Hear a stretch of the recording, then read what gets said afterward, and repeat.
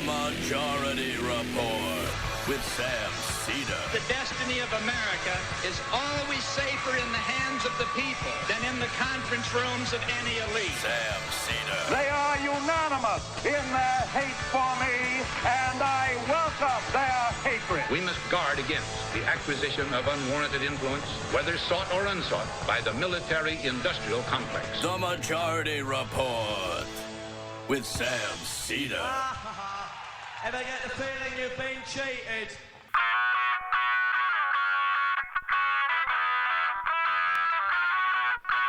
It's Thursday, December 13th, 2018. My name is Michael Brooks on a Michael Thursday, and this is the 5-time award-winning Majority Report. We're broadcasting live. Steps from the industrially ravaged Gowanus Canal in the heartland of America, downtown Brooklyn, USA. On today's program, Stephen A. Cook, senior fellow at the Council on Foreign Relations. We're talking about MBS, the larger structural problems in the U.S.-Saudi relationship. Also, Turkey, as Erdogan threatens more military action against the Kurds. Is it really time to finally reassess the U.S.-Turkish relationship? All that and more with Stephen Cook. Hush money inquiry adds to Trump's dangers as the National Enquirer flips. Michael Cohen gets hit with 3. And the next phase, the Mueller probe, it's looking at the Middle East, which might be even more fruitful territory for essentially what could be a vast, wide-ranging investigation into global corruption and oligarchy, which would implicate the entire political order if it was done right. Senate to vote on aid to the Yemen war as Bernie Sanders pushes forward. Meanwhile, in the House, 5 despicable, grotesque Democrats join Paul Ryan in a vote to murder and slaughter more Yemenis, blood on hands all around.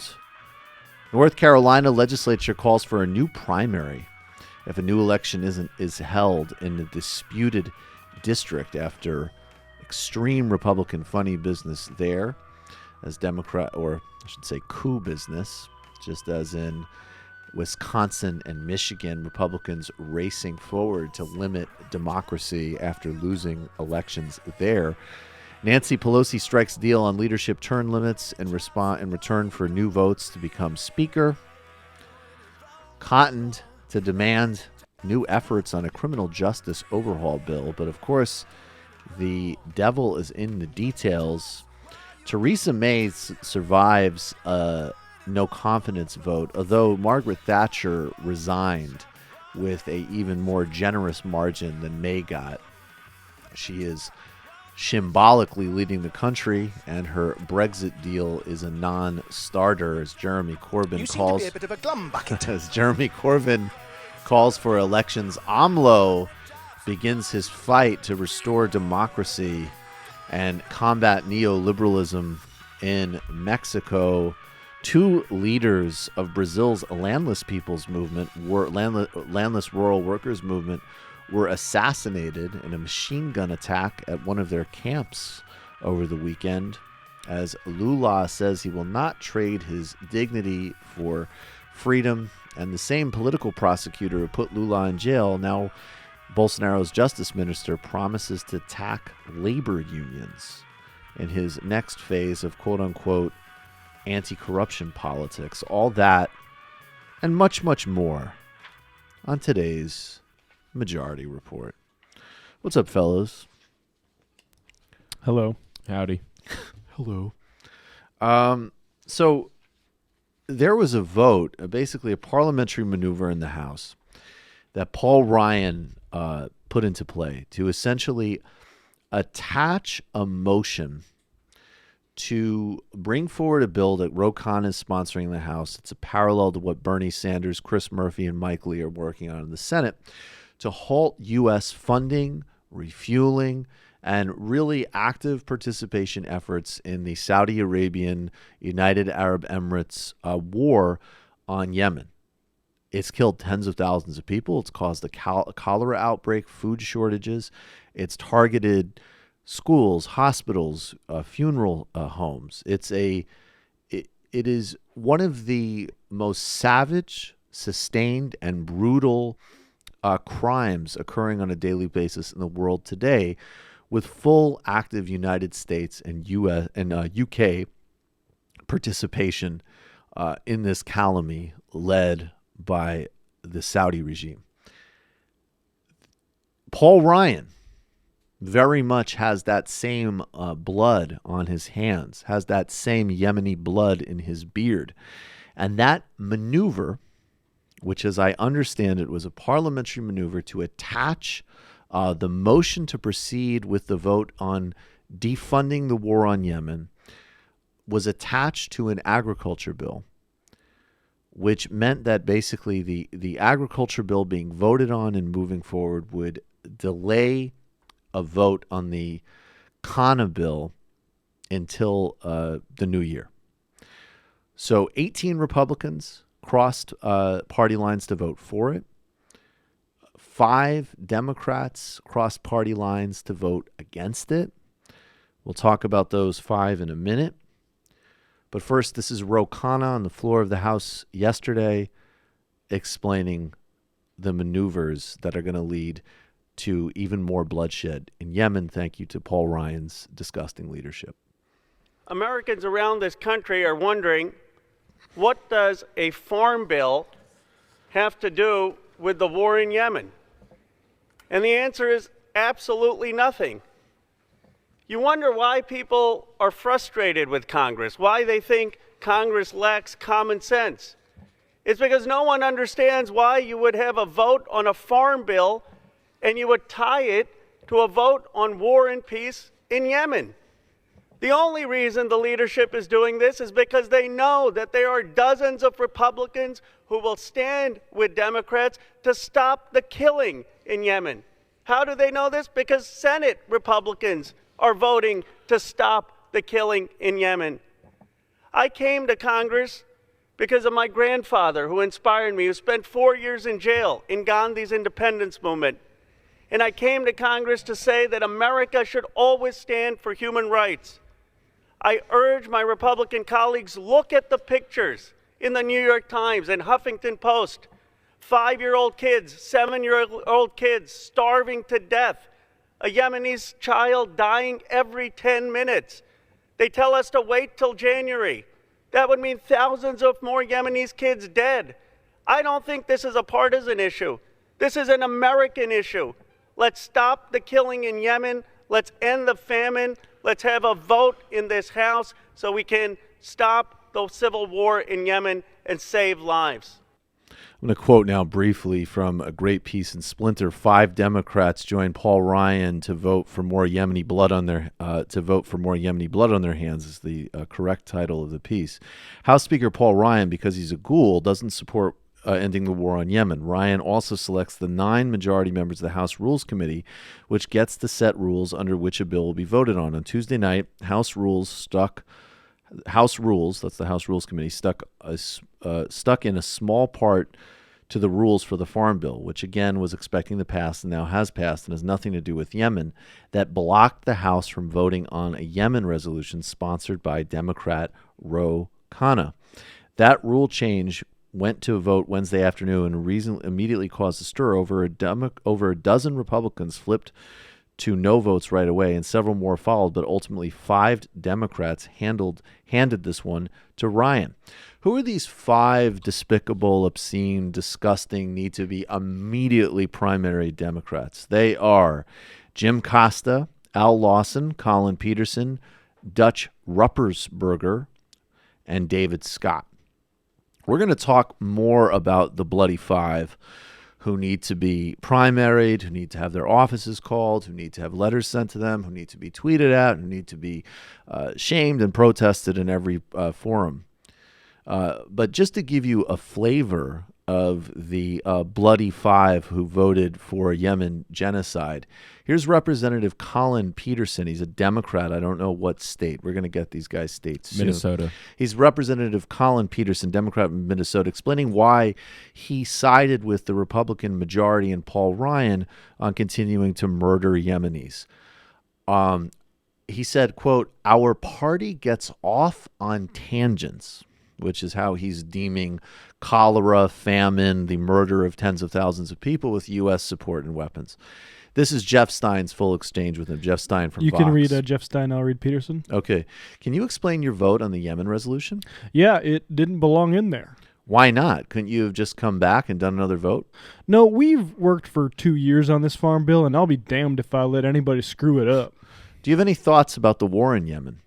I don't know a damn thing about it, and it should be in there, and it didn't do anything anyway. What do you mean by that? All it did was say they couldn't have a vote or something. Didn't authorize anything. It didn't, our party gets off on tangents. It's ridiculous.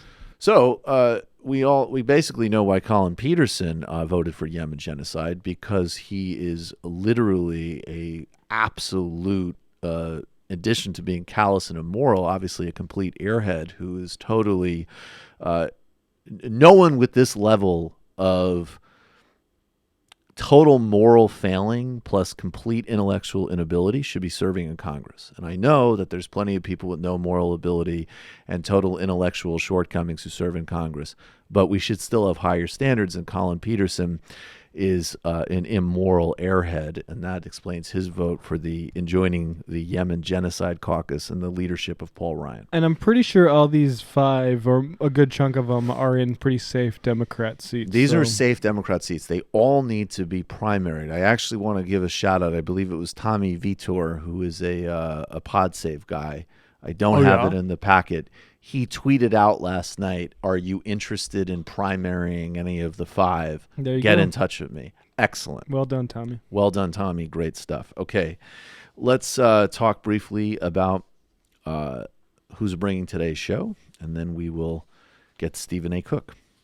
2018 has been a very difficult year for human rights, as you just witnessed there, among many other examples. But have you ever wondered how rights abuses are documented around the world? You probably have, with the sheer number of global crises we're seeing, from civilian casualties in Syria to ethnic cleansing in Myanmar to the caging of children on the U.S. border. It's critical that we expose the truth in order to defend the rights of all and bring those responsible to justice. Human Rights Watch does just that. We are an independent, nonprofit organization. They are an independent, nonprofit organization known for their accurate fact-finding, impartial reporting, and targeted advocacy, often in partnership with local activists and human rights groups. They accept no money from any government, but rely on the support of informed, dedicated people just like you. So if human rights are important to you, visit hrw.org/majority to make a donation and support its vital work around the world. When you do, not only is your gift tax deductible, it will be matched dollar for dollar until 2019. That means your donation will go twice as far to advance justice and defend the basic dignity of people who need it most. Again, that's hrw.org/majority. Casper is the sleep brand that continues to revolutionize its line of products and create an exceptionally comfortable sleep experience, one night at a time. With 3 mattress models, the Casper Original, the Wave, and the Essential, Casper mattresses are perfectly designed to cradle and soothe your natural geometry. Not to mention the breathable design helps you sleep cool and regulate your body temperature throughout the night. And it's delivered right to your door in a small how-do-they-do-that size box with free shipping and returns in the U.S. and Canada. But the best part is that you can be sure your purchase with Casper's 100-night risk-free sleep on it trial. After all, you spend a third of your life sleeping, so you should be comfortable. Now, I got my first Casper about 3 weeks ago. I'm definitely not going to be sending it back. It's an incredibly comfortable sleeping experience. The box comes to your door. It is incredibly convenient. You can just carry it yourself upstairs. Then you open up the box, and it literally sort of unfolds out like that into a full, incredible, comfortable mattress. I'm sleeping really, really well on it, and I'm thrilled that I got it. Get $50 towards a select mattress by visiting Casper.com/majority and using majority at checkout. That's Casper.com/majority. Offer code majority for $50 off of your mattress purchase. Terms and conditions apply. We were going to take a brief break, and we'll be back with Stephen A. Cook from the Council on Foreign Relations.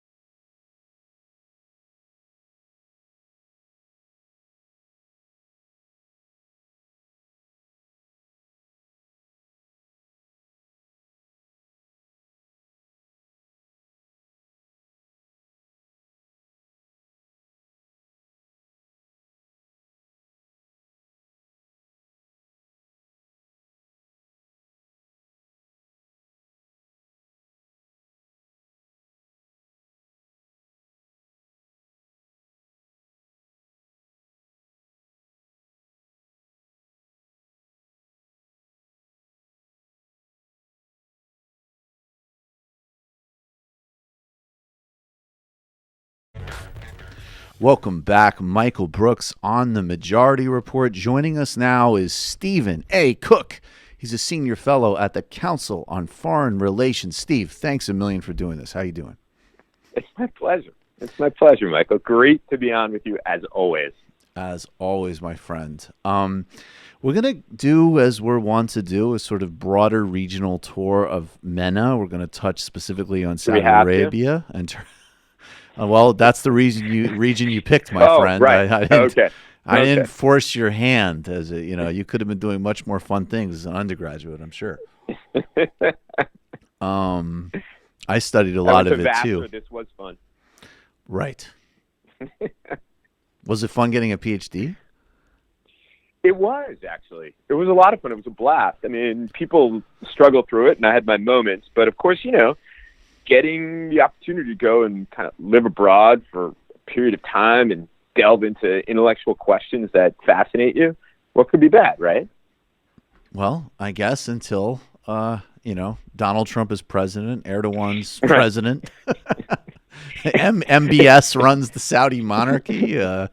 El-Sisi is in Egypt, Netanyahu's in Israel. I don't know. I'm ticking the boxes here. In one sense, that is interesting. In another sense, it's deeply and profoundly depressing, which is why I said, do we really have to? But let's go. Let's talk about it all. Well, as people will know from listening to I don't know if you want me to plug this, but I listen to the Amen Quarter podcast that you do with our friend Brad. And people know that actually Steve is quite capable of talking about a lot more than Mena. This is true. Thanks for plugging me on Men Corner. It's a lot of fun to do with our buddy Brad Rothschild. We go a little less on the Middle East politics and more on the just general politics and pop culture stuff. That's more, that's the like, hey, why aren't there bands like The Clash or Public Enemy anymore? What happened to Gefilte Fish at Zabar's isn't as good anymore. And my God, is Ted Cruz an asshole? There you go. It's a great show. Thanks, buddy. Oh, no, for real. I want to talk. I mean, we did the opening segment on the House's just this unbelievable moral failure to pass the Ro Khanna bill to stop funding the Saudi-UAE war on Yemen, which, I mean, we could keep spelling out is really one of the greatest, humanitarian abuses and crises in the world today. Paul Ryan stuck it into a farm bill in this incredibly cynical parliamentary maneuver. 18 Republicans actually crossed sides to vote the right way, and 5 Democrats crossed sides to vote the wrong way. And then, of course, there's the Sanders-Murphy-Lee bill in the Senate. Mm-hmm. Right. And in some ways, we'll get to Khashoggi soon, but there is the sort of, there's all the terrifying implications of the Khashoggi murder, but there is, I think, the very fair point that, this has been going on since 2015 with U.S. support, and it's an undeniable just sort of mass crime against humanity. In spite of the setback, is the politics of it shifting in D.C. with a kind of broader frustration, even disgust with Saudi Arabia? I'd like to say that it is, but I'm not convinced that it will be. Yeah. I think, look, there's tremendous amount of moral outrage over the Khashoggi murder, which has in turn focused more people's attention on Yemen. But as you quite rightly point out, where were people in 2015? Quite honestly, where were people in 2006 when this cataclysm really began? So, the Saudis have only been there for 3 years or so, but it's been going on for quite some time. And we have, as you point out, been supporting it. I think the Obama administration took a look at this and said, well, we are negotiating with the Iranians, and this has freaked out our allies in the Gulf. So what can we do to reassure them that we're on their side in helping to ensure their security? And of course, we picked Yemen. Right. Yemen. Right. This is craziness. An argument can be made that you have to have a robust approach to Al-Qaeda of the Arabian Peninsula in Yemen, which is, deeply embedded in that country and a threat. But to enable the Saudis in their kind of ill-fated intervention, which at the outset of it, when they said what they were fighting for, and they basically said this, that they were fighting to prevent the Hezbollahization of Yemen and to ensure that the Iranians didn't get a toehold in the Arabian Peninsula. And you looked at what they were doing and said, well, this is all going to become a self-fulfilling prophecy that you're never going to be able to get out of. And of course, that's what's come to pass. And in the crossfire have been millions of Yemenis who are on the verge of starvation. There's cholera. It's terrible. And then, of course, so that was the Obama administration, long wind up the Obama administration's thing on. And then the Trump administration comes into office and who have this kind of, single-minded focus on confronting the Iranians, and that the focal point of their policy is going to be Saudi Arabia. And in particular, they're going to put Jared Kushner in charge of handling the relationship with Saudi Arabia because he's a 30-something and so is the Crown Prince, Mohammed bin Salman. It's just bizarre in the extreme that only has made things worse. Because of what it did, it signaled to the Saudis that they can get around the formal foreign policy process, go directly to the son-in-law, go directly to the president, who really doesn't know much about anything, as we all know. But the level of the president's ignorance upon coming to office is actually greater than many people suspect. So this is how we got there. So do you think, and I want to just do a real, realist, no sort of, moral judgment about the Houthis one way or another, but it does strike me that even just, that the Saudi foreign policy of assuming that the Houthis are just a sort of a Yemeni Hezbollah, you said Hezbollahization, and Hezbollah is an organic group to Lebanon, but it's definitely I don't know if it's exactly an Iranian proxy, but the power and capacity of Hezbollah is dependent and reciprocal to the Iranian government. And so that is maybe fair to look at Hezbollah and say you can't understand Hezbollah without understanding the Islamic Republic. And the Houthis, in my read, are a far more, yes, they're Shia, but they are an organic group to Yemen, whatever you think of them one way or another.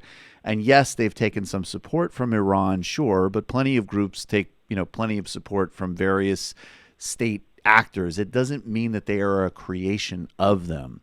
And it seems, right? So I guess, would you explain the Houthis on that axis of like organic to a place versus a proxy? So the Saudis have been in conflict with this group that we now refer to as the Houthis for decades. I mean, going back to, the 1930s.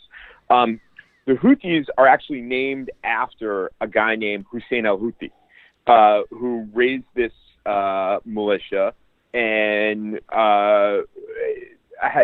that was based around the solidarity of a sect of Shiism called they are what's called Zaydis.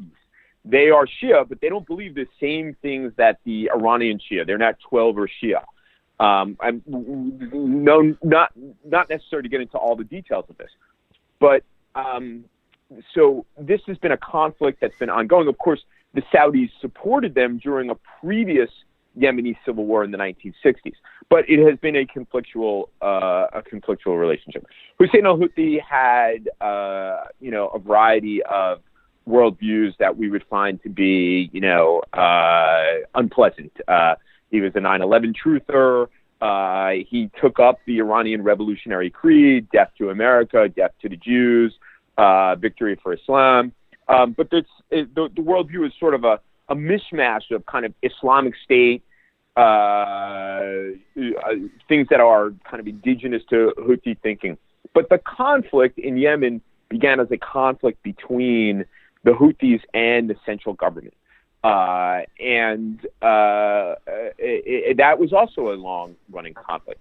The Saudis, from their perspective, the gains that the Houthi militia, now Houthi army, made in forcing the legitimate government, not necessarily popular, but legitimate government out of Sana'a, was to them, how could the Houthis possibly do this? There must be an Iranian hand in it. And it's much of what the Saudis see around them, they perceive to be an Iranian hand at work. But you're spot on. This is a group that is indigenous. Their conflicts within Yemen are local conflicts. And when the Saudis threw their forces into Yemen in 2015, they had done it actually once before in 2009, committed ground troops and kind of got their butts handed to them, and they retreated. So now it's just been primarily an air campaign. The Iranians used the opportunity to support the Houthis. So if you look at it really from a geopolitical perspective, here you have the Saudis who are spending millions and millions and millions and millions of dollars on this quagmire. And the Iranians need to spend very, very little, and the Houthis only really have to fight the Saudis to a standstill to win. And that's precisely what's happened. And they have driven the Houthis closer to the Iranians, but that's not the way it started, and that's not the way it had to be. Right. So we're going to get to MBS in a second, but I do just want to touch. So the other dynamic here about Yemen, so it's one thing to say, yes, Al-Qaeda in the Arabian Peninsula and the presence in Yemen was, absolutely real. And definitely, I don't know. I mean, I'm pretty skeptical, I have to say, mostly of sort of like the capacity of these groups to steadily and consistently threaten the United States, in terms of on the U.S. homeland in any type of systemic way. But there's no doubt that whether it's, but even as an example, the attacks that Al Qaeda started with in the late '90s, like embassy attacks, and things like that, right? Like those are those are very serious, very harmful terrorist attacks that sort of initially gave them their legs. It's one thing to recognize that it's a real threat and a real operative organization, and also, but it does not mean obviously that we endorse the drone policy there, which was very destructive to Yemen. Right. So, what's the dynamic between, on one hand, you have this sort of weird dual approach, where on one hand, okay, there's an actual problem there, but let's just outsource it to drone warfare, which kills a lot of civilians and it causes instability. I think that's been very documented, including even by military sources. I don't think this is a controversial opinion at all at this point. And then conversely, to say, oh, the real issue is the Saudi UAE perception of Yemen, and that's all about Iran. And we certainly know how the Saudis can be quite willing to support, rather right-wing Salafist groups in their proxy war. So how does the U.S., I mean, both approaches are pretty disastrous, but how does that square get circled here? Well, and this is really, in Yemen, you have a number of different conflicts that are all going on at one time. Right. And what really focused the American attention on Yemen was, in fact, the underwear bomber. The underwear bomber was the guy who came, he was sent by AQAP. The intention was to blow up a flight en route to Detroit on Christmas Day, and I can't even remember the year. We've been at this was it for so long. 2009? I feel like it was 2000, and sometime between 2006 and 2009. I cannot remember. Maybe 2006 was the guy with the shoe bomber guy. Yeah. Well, regardless, it was really that threat, and people sort of woke up to the fact that although the United States had dealt this extraordinary blow to Al Qaeda Central in Afghanistan, that there were these kind of affiliate organizations essentially out there operating on their own, and that Al Qaeda, the Arabian Peninsula, was a particularly potent one, and that certainly had the means to try to put on these spectacular attacks. And I think that's what the drone warfare began. And then, of course, the Obama administration really ramped it up. It was a way of Obama proving that he was going to be tough in regard to American security, but without having to deploy American forces all over the world, which was, the theory of his 2008 run for office. We're not going to do stupid stuff, but I think his quote was, "I won't be afraid to pull the trigger." Right.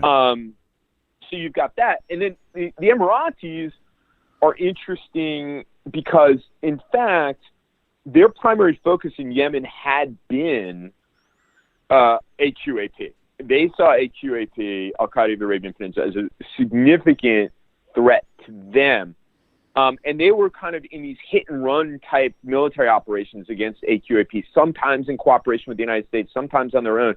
And then the Saudis launched into Yemen, and the Emiratis actually got really nervous, believing that the Saudis wouldn't win and that it would destabilize the Arabian Peninsula. So they decided they needed to support the Saudis there. But they do that primarily through their own Yemeni proxies. And of course, there are conflicts between these different groups and AQAP as well as ISIS. So one can imagine, in some weird way, there is actually, Houthis don't like ISIS. The United States doesn't like ISIS. No one likes ISIS. But of course, the Iranian issue overrides everything for the Saudis. And it's very, very important for the Emiratis. And as the junior partner to the Saudis, they want to be supportive of the Saudis. And I just always like to mention, I was obviously big critic of Obama's drone policy and just the sort of structure of drone policy in general. But for those who would draw false equivalencies, drone strikes have actually up-tempoed under Trump, and there's clearly, any type of systemic analysis to try to minimize civilian casualties is totally out the window in the Trump era. Well, that's what, from the very beginning, from the first weeks of the Trump presidency, he basically said, "I'm unleashing the military to do whatever it is that they want to do. At least in the Obama administration, there was, you wanted to do these things, it had to go all the way up to the White House for them to get the go-ahead to undertake some of these drone strikes. Right. That's just really important to underline, I think, and in a way that justifies neither, but makes very clear legal and moral distinctions. So MBS is I mean, I found where do we begin? Yeah, I always thought this whole branding of MBS was ludicrous. Watching him get a Starbucks with Mike Bloomberg was one of the more. It's like a Venn diagram of almost everything I don't like in politics. So, how easy was it in a way that is very not compliment? Let me frame it this way. There's obviously major human rights issues in Saudi Arabia. And most people are aware of them.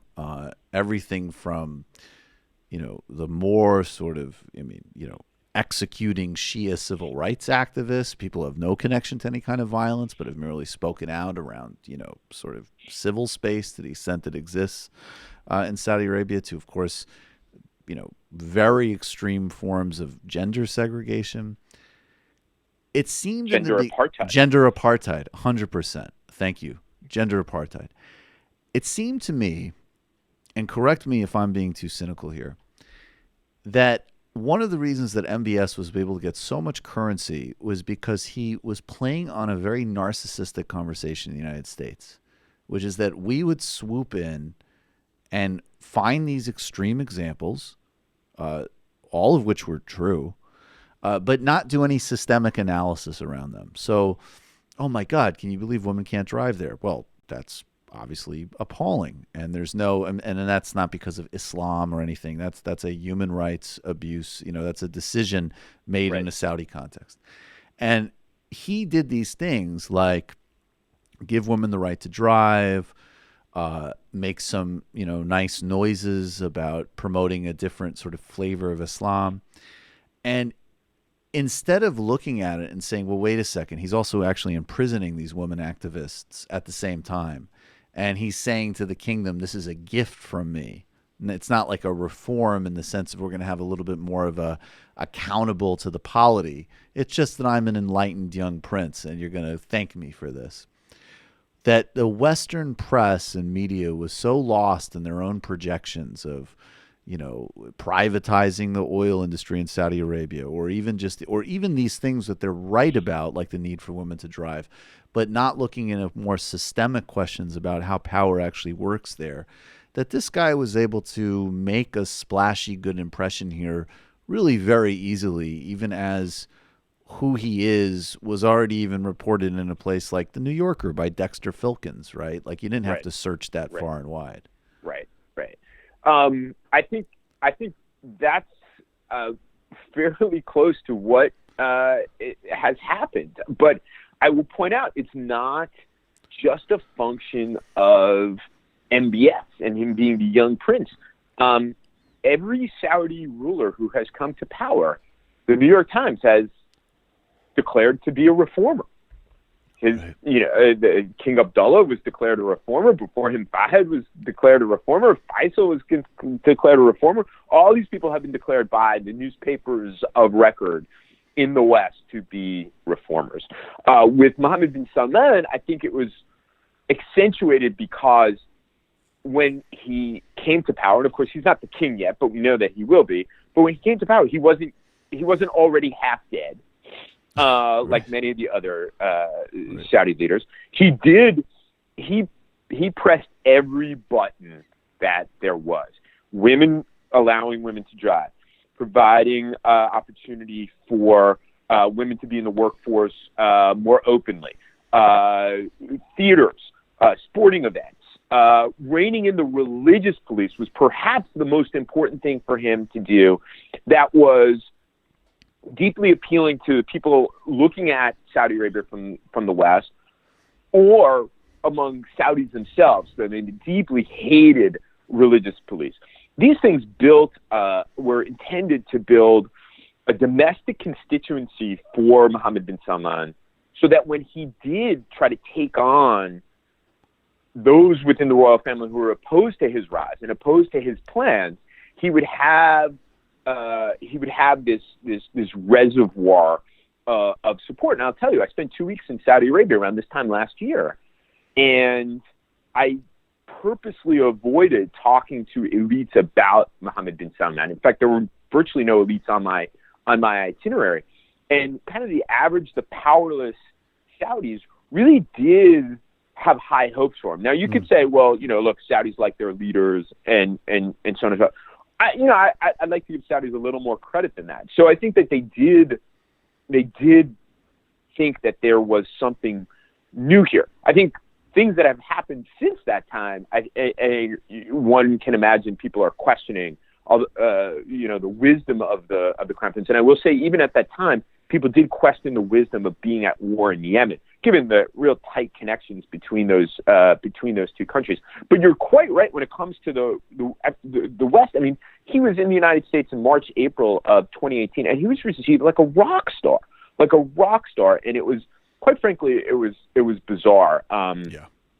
Given who he is, given the fact that even his grand plan for reform, first of all, big parts of this were nothing new. I'm old enough that I remember two previous grand plans for reform in Saudi Arabia.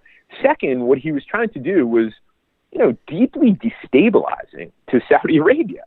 And I think people kind of lost sight of it because, he's outward looking. Meanwhile, this is a guy who'd never really been outside of Saudi Arabia. And that's one of the reasons why he was the anointed one by his father, who was the family enforcer. And we know that apples don't fall that far from the tree, even if the sun is denied. So, I think it was a big, kind of, as much as there's been, as the Secretary of State has said, there's been a media pile-on now to be critical of Mohammed bin Salman in Saudi Arabia. I think at the time there was this kind of media kind of exhilaration around this guy and what he was likely, or what they imputed to him, what he might do. Right, and I think, and I really underline just the total omission of the grassroots energy of things like women's rights activists in Saudi Arabia that were totally obscured in that conversation. Right. Like, oh my God, look at how cool this guy is. That and of course that it fits into a much longer pattern, as you said, of these relationships. And that was that's another funding source of Tony Blair's institute that's been revealed recently. Like, some of this stuff is just right. There is that aspect of it as well. Right, of course. What though? Okay, so your piece in Foreign Policy, Mohammed bin Salman is worse than a criminal, he's a symbol. You're focusing in that piece though about how and set it up for us in terms of the Khashoggi murder and the bigger fault lines that's starting to open up. And you can talk about that, but then we'll pivot to the interference being run by for him by Kushner, Trump, and Pompeo. Right.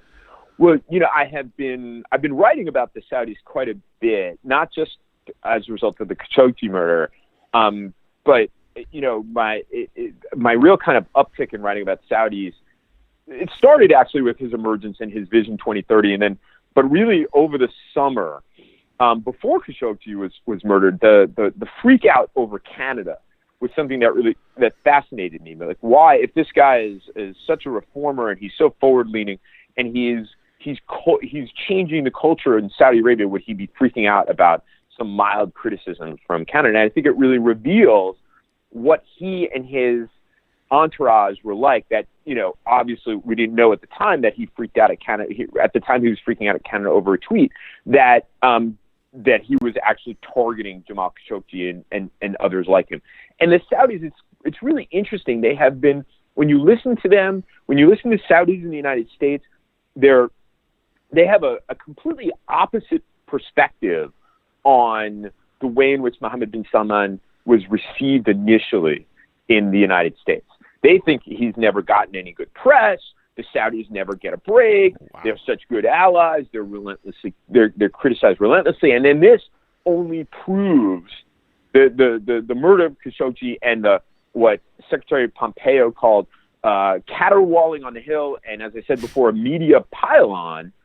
This just proves that the American elite, the media, is reflexively opposed to Saudi Arabia. And so this piece was really actually focused on explaining to Saudis why Americans would be so outraged over the murder of Jamal Khashoggi, especially since, how many people knew the name Jamal Khashoggi before October 2nd, 2018? But as I point out, the place I go and pick up my bagel, these guys, they're like, what's up with the Khashoggi thing? Right. My mom's bridge club. And people they recoil at this. And so the point of the piece was to say, it's not caterwauling. It's not a media pylon. There are some real issues at stake here, and that's the symbol part. So, I pointed out first, there is even though there's bipartisan support for some of the stuff going on Capitol Hill, there is a partisan effort given the close connection between the Trump family and Mohammed bin Salman. Second, look, this is unfinished business related to 9/11. I think it's undeniable that people have done sweeping really bad Saudi behavior under the rug. And the fact that, the Saudis got really angry at me for bringing this up. But my answer to them is, look, if there are parts of the 9/11 report that have not been made public, and they have not been made public in large part because you don't want it to make public, it raises suspicions about what your actual role was in those attacks. And then I think the other things are, Mohammed bin Salman has come to symbolize a world that is out of control. Look, if you are a journalist these days, and I'm tempted to say if you're an international correspondent, but of course there's a connection to domestic politics here, you have to live in abject terror of what might happen to you if you cross somebody's red line that you have no idea that you've crossed their red line. Even for someone like myself, an analyst with an academic training, to go abroad these days is a very scary prospect. So it's a world where there are no norms, things are out of control, and Mohammed bin Salman has come to really symbolize that. And again, I was trying to explain this to Saudis, and just the onslaught of criticism that I've gotten from Saudis for trying to explain to them American outrage over what happened. It's really, really hard. Okay, so that kind of blows my mind. I mean, I have some bigger questions about it, but like, whatever one thinks of the Saudis, and obviously we're talking essentially about their elites, their leadership, not everyday Saudis. But like, even if you're a very fierce critic of the Saudi monarchy, which I am. I guess what I'm saying is the fact that it never. I mean, these people are still, in general, very sophisticated, very capable of operating in a lot of different contexts. They didn't think that abducting a Washington Post journalist and hacking him alive with a bone saw would freak people out. I mean, even if they calculated correctly that the Trump administration would cover for them, which is the accurate assessment, they didn't think that this, I mean, that actually is awe-inspiring, that they didn't think that this would bother people and freak people out. I think that it's a function of a couple of things. One, and they're connected. And this may sound banal, but the Saudis haven't had an effective ambassador in Washington D.C. in 3 or 4 years, since the now foreign minister Al Jubeir departed. So there's no real flow of information about the way in which Washington works in going to Riyadh. Secondly, Mohammed bin Salman, not worldly, unlike a lot of other Saudi elites, was not educated abroad. The people around him, his closest advisors, the same thing. And they have become insulated by their own kind of view of the world that is impenetrable. And so, he's a journalist. He has offended Saudi Arabia and offended its leader. And this is the way they were going to go about handling it. And I think from all reports, I think one of the few Washington, D.C. Middle East analysts who's actually never met Mohammed bin Salman. But all reports are that he's been stunned by the reaction, which is absolutely, as you point out, absolutely stunning. That not only in the stupidity of this operation, but just the idea that, we can murder a journalist and it would go unnoticed. I think that happens a lot, but a number of things have come together to make it a focal point for the way in which for the world that we live in, and a focal point for Americans who are tired, as I said before, of sweeping bad Saudi behavior under the rug. I think they're totally unaware.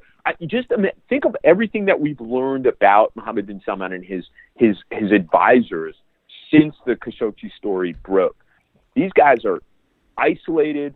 They look at the world. This kind of in this puffed up way. Saudi Arabia is as important as, look, the Russians get away with stuff, the Turks get away with stuff, the Israelis get away with stuff. Right. They are killing people. We're going to eliminate our enemies as well. Without understanding, one, they're not those countries. Two, there are nuances and complexities of their position in the world that makes it that runs against their analysis that they could get away with it like those other countries. I mean, I'm all for the project of Khashoggi should be a door to a much wider critique. Why? Okay, I think it's a totally valid criticism. Lindsey Graham has a big meltdown about Khashoggi, but has been until very recently very supportive of any kind of Saudi atrocity possible. Right. There's a whole larger set of questions that are valid and vital and important. And then conversely, people that want to minimize the resetting of the template of what is acceptable and the new dangers that it opens of abducting a journalist like that. I mean, I think the closest I could think of was when the, U.S.-backed Chilean regime in the 70s planted a car bomb on a former diplomat in D.C. And certainly Kissinger helped cover it up for him. That's a matter of public record. But I also have no doubt that there were back channels that said, hey, we're going to run interference while you guys kill a ton of people in Chile, but you can't bring that here. Now, obviously, I don't want either thing to happen, but it's still a vast escalation, or not a moral vast escalation, but a escalation in terms of where and of extremes you're operating in and conventions you're overturning to do something like take a Washington Post columnist in a Istanbul embassy and cut him alive with a hacksaw. I mean, it's just, I can't, I'm genuinely stunned because I don't think of the Saudis as dumb, right? Like I have problems, but I don't think of them as stupid. Yeah. So, and look, as soon as Jamal Khashoggi went missing, I kind of reached out to friends in Saudi and in the Gulf, and I said, what's going on? I said, we can't imagine what's going on, but we know the Saudis aren't this stupid to have done this. Right. And so no one could imagine that. And so this was, again, it's a new leadership. And, defenders, people who wanted to go away, who wanted to sweep it on the rug, say, well, he's young, he's inexperienced. And so, come on. I mean, he's like, you're the drugs you did. That's not, right. He's young, he's inexperienced. Exactly. He ordered a journalist to be hacked alive. Right. That's like what, that was like the excuse, I was trying to defend myself like when I took the car out when I was 15. Well, I'm young, I'm inexperienced, Right. This guy's out having journalists eliminated. This is the large adult son phenomenon. Large adult son phenomenon, right? Exactly. So it is stunning that they think that when they did it, that they think they could get away with it, and that they are offended by the outrage associated with it. And of course, you do have the Trump administration running heavy interference. Well, I want to get to that in a sec. Can I set that for you? Because I want to just bring one other thing into it. So I do want to get to the Trump administration. And I do think maybe we should be shopping around a Will Ferrell vehicle where he plays MBS, but that's a conversation for another day. I could see that. Oh my God. Saudi. Too soon. Yeah. Too soon, I think. Saudi stepbrothers. I'm just going to assert it. I won't be going in any Saudi embassies anytime soon. There's a new piece in the Daily Beast that says, "Get ready for the Mueller's Phase 2, the Middle East connection." Oh yeah. Now, I saw it. I have to be honest. I'm remain pretty agnostic about the Russia investigation, as in the sense I think there's certainly a there, and we'll see whether it's this all-encompassing thing that some people imagine it to be, or if it's just a more sort of like, problematic. But yes, there's all sorts of influence peddling, and some of that might be from the Koch brothers or the Russians or whoever.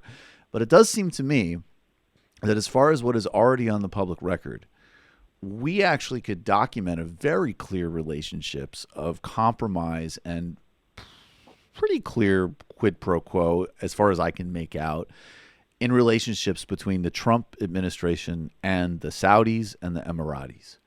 So how is that? I mean, maybe put that in context for the sort of running interference for MBS. Yeah, I think that is absolutely, I think, the great, and my eyebrows raised when I saw that in the Daily Beast today, because it is the great underreported story of the 2016 cycle. That, look, the Gulf countries, Saudis, Emiratis in particular, Bahrainis as well, the Israelis, there's an Israeli angle to this as well. Yeah. Outraged by the Obama administration's policies in the region, fearful that a Clinton administration would continue those policies in some in some form, understanding that the Trump people were going to be very, very tough on the Iranians, and clearly preferred what Trump was offering over Secretary Clinton. And there's been these documented cases of RNC finance chair Elliot Broidy, a guy named George Nader, who at one time published this little niche magazine in Washington, D.C., and then became this international kind of broker of influence peddling in the Middle East. These guys were deeply involved with the Emiratis and the Saudis and the Trump administration. In fact, it was even the Saudis, though, sent George Nader and Elliot Broidy packing. They didn't want to have anything to do with them, but the Emiratis were willing to play in that game. Coming in and out of the story with the Saudis and the Emiratis are actually a variety of Israeli businessmen who are also brokering contacts amongst all of these figures connected to Trump and Gulf countries. So I think there's a lot there for Miller to investigate. And look, once the president came to office, it was actually pretty easy for the Gulf countries in particular to do the kind of business that they've been doing with the Trump administration, political business or otherwise, because, the president's son-in-law signaled very early on by handing out his cell phone number to people that there is the formal policy process, the way in which these countries dealt with the United States previously. And I'm not saying that, people didn't have, high-level officials in the Obama administration cell phone numbers or their private email addresses, but Kushner signaled that you could ignore the policy process and go directly to him. And this kind of informal way of doing politics really kind of aligns quite well with the political culture in a lot of these countries. And so they took full advantage of this. Full advantage. Kind of like hey, just go to this restaurant, like we're having tea. Let's just talk. We'll figure out a parallel track. Right. Or, hey, we don't like what the president's saying about the Qataris, Jared. Here's the real deal. Here's what you should know. Well, that's another thing that I wanted to, we'll get to Turkey in a second. I know we only have a few more minutes, but this is important because that's a whole other underreported, but really, it's not this it's not this belligerence towards Iran and undermining of what was a very successful, whatever else you say about Iran, the Iran deal was an incredible success and a net positive for the world. It's not this, belligerence from a right-wing Israeli government, which like Ehud Olmert, now fresh out of prison, is saying like, hey, like, guys, we're not under threat. Like, you keep saying we're under threat. That's just objectively not true. Right. And he's absolutely right. And so it doesn't make as much news because they have, their own massive wealth and their own sort of, they're getting, actually, maybe this does bring us to Turkey because they're getting support from the Turks. But, the embargo, the Qatari blockade, that's a mind-blowing action that they would do that even within the context of the Gulf Cooperation Council. And the fact that they could pick off the Kushners and the Trumps from just like the U.S. Central Commands, who would be like, dude, we actually use that place. It's a perfect example of the way in which they took full advantage of it. The president's initial response to the embargo was, first to tweet that the nasty stuff about the Qataris, and then to, advise the Emiratis and the Saudis to continue to squeeze the Qataris. It raised questions in people's minds whether the president was actually even aware that CENTCOM Forward, Al Udeid Air Base, was located in Qatar. It seems that he was completely unaware that this was the place from which the United States conducted its military operations. I'm going to go with he didn't know. I'm going to go with he didn't know. It was the place where if there was going to be a confrontation from Iran, it was going to be executed from this place. It boggles the mind. You're right. I mean, I think the reasonable thing to believe is that he was completely unaware of this. And since then, it's not long thereafter, until Mattis could get to a telephone, I guess. Then the kind of the presidential statements about the blockade changed, and there was some effort over over the summer of 2018 to try to bring it to an end by the president bringing pressure to bear on the Saudis and the Emiratis, but they just basically ignored him. And I would just also say we're going to get final question in Turkey in just a second, but look up Qataris, Kushner, and 666 Broadway. Right. Because that is a whole other dimension of, oh, you're not going to help bail me out of this disastrously stupid real estate investment? Maybe I'll be less helpful with my father-in-law when the Saudis blockade you. And that is literally the level of policy we're talking about here. Can we just turn it back to MBS for a second? Yes, you please. Know that he and his guys they want to build essentially a moat around Qatar. Qatar is connected to the Arabian Peninsula. Right. They want to dig so bad, essentially to cut it off. I mean, this is kind of crazy. This is the craziness that's going on there. This is the craziness with this blockade of the countries. Look, the countries are no angels by any stretch of the imagination. They've perfected playing it out of both sides of their mouth. Sure. But this is a fantastic failure on the part of the Saudis and the Emiratis to blockade the Qataris and to believe that they could do it from the get-go, given the enormous investment the United States has in ensuring that we continue to use that base in Doha. Just briefly on Turkey, your new piece, I'm sick. Why I'm sick of Turkey. Washington continues to claim Ankara as a strategic partner. Let's stop pretending it is. It strikes me just as Via is set up, and you can explain that in a second. But is it fair to say that if Erdogan was not Muslim, he would be a perfect fit for this global far-right Trump, Bolsonaro, Putin, Orban, Modi? In some respects, he was kind of he changed from like George W. Bush to alt-right Muslim before these other people even took office. And yeah, he was. There really is a Turkish model, and he was it. Yeah. I'd say that is fairly close to what's happened. Is Erdogan has been a leader of this kind of new wave of authoritarianism around the world. Obviously, a lot of these guys discovered it on their own, but certainly he fits in that category, which is a reversal. 15 years ago, people believed that Erdogan was going to, bring Turkey into the European Union, the ultimate club of liberal democracies, although we now have a number of members who are just like Erdogan.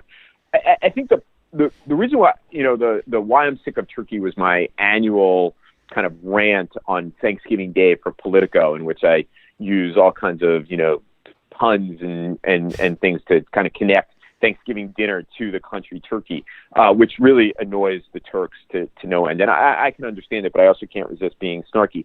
And I think the point that I'm trying to make about Turkey is that the foreign policy establishment for a really long time has romanticized the relationship between the United States and Turkey.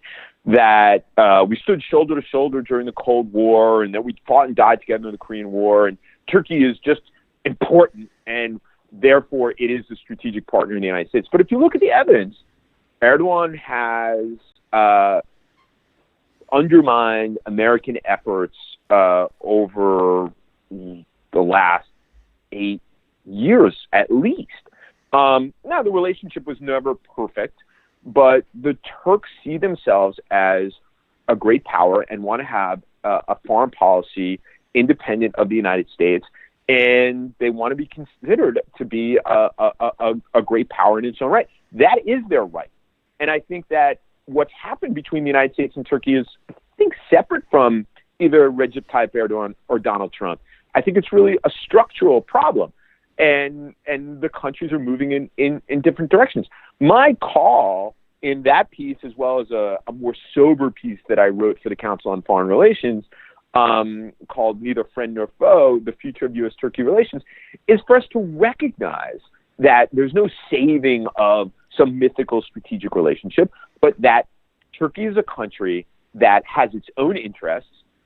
Oftentimes those interests clash with American interests. That doesn't mean that we won't be able to cooperate with them on in certain discrete areas. But for the most part, Turkey is among a number of countries who want to change the rules of the game in the region around it that have, for the better part of the last 5 decades, been written by the United States. Well, there you have it. And that will be the source of many future conversations between us. But I incredibly appreciate this tour. Stephen A. Cook, Senior Fellow at the Council on Foreign Relations, co-host of Amen Corner. Steve, thanks a million as always. Michael, always a pleasure. Thanks, man. Talk to you soon. See you. Bye. All right, folks. Look up 666 Broadway, Qatar, Jared Kushner. I mean, the long and short of it is that Jared Kushner sunk a lot of his family's money into a prime piece of Manhattan real estate at exactly the wrong time to do it, and pitched to the Qataris. The Qataris have a massive sovereign wealth fund from oil, and they were in town looking for some investment properties, and Kushner pitched them helping out on the building. And they made the wise financial decision, but probably the not wise political decision to not give the kids some money. And then not too much there long after that, the United States and Trump at first is sending positive signals for this reckless, insane blockade that the Saudis put, and they still have put, on the Emiratis. So another good example of how the world works that I would check out. We got to get to the fun half where we are going to have plenty of fun, plenty of dunking. Become a member of the Majority Report today, majority.fm/become a member. Pennies a day makes this show possible, so we are accountable to you. Over 90% of this show's funds come from its members. If you haven't yet, hit the subscribe button on YouTube. Keep spreading the Majority Report message. Subscribe on iTunes, write a review. JustCoffee.coop. Is JustCoffee.coop, it has a major deal going on through the holidays, and you can find a link to it on the Majority.fm homepage, where you can also get one of literally dozens rapidly decreasing supply of tickets to our January 13th, right? 13th? Yep. January 13th live show. Come see us at the Bell House. And then while you're there, you can also click over and get your tickets to also the rapidly selling Michael Brooks live show at February 1st on the Bell House as well. With special guests Ilona Minkowski, Bhaskar Sunkara, Trevor Beaulieu. This Sunday, for TMBS patrons, Elizabeth Brunig and I did an illicit history of Beto O'Rourke, starting a new series of illicit histories of 2020 presidential contenders, a user's guide. On Tuesday, Julian Assange, Facebook, The Future of Press with Matt Taibbi, plus a deep dive into Macron on TMBS. If you haven't yet, go over to the TMBS YouTube channel, where there's a lot of clips now, and you can stream the show live. And also, of course, on iTunes, you can subscribe. And patreon.com/TMBS. Get the whole thing. Matt, what's going on with Literary Hangover? Did my episode on Nancy McLean's Democracy in Chains. It was good. Yeah. So check that out if you were interested in that book and you got skittish because of the onslaught of criticism. We kind of discussed that. If you didn't hear the onslaught of criticism, still a book to check out. I totally stand by my support of that book. Yep. I think people definitely ought to read that book. It's very important for understanding the context of how the right operates. It's a hyper-concentrated, very well-written book. Some would say too concentrated. I wouldn't. Of the sort of alliances made in capital's fight against democracy. Check out Jamie's show, The Antifada, patreon.com/The Antifada for all of that content as well. We're going to go to the fun half. See you. You are in for it. All right, folks, 646-257-3920. See you in the fun half. Are you ready?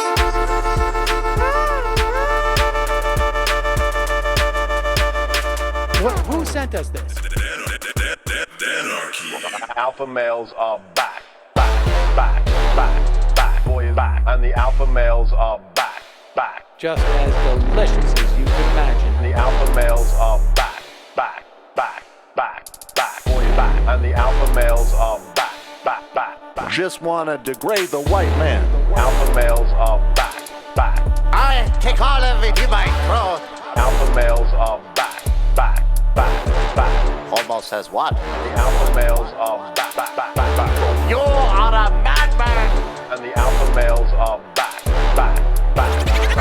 I am a total cunt. Can we bring back DJ Dannerky's song, please? Yeah, or a couple of them. Just put them in rotation. DJ Dannerky. Well, the problem with those is they're like 45 seconds long, so I don't know if they're enough of a break. That's fucking nonsense. Hey, folks, reminder. I do not have Parkinson's. And the alpha males are psych. Fuck 'em. Almost says what? What?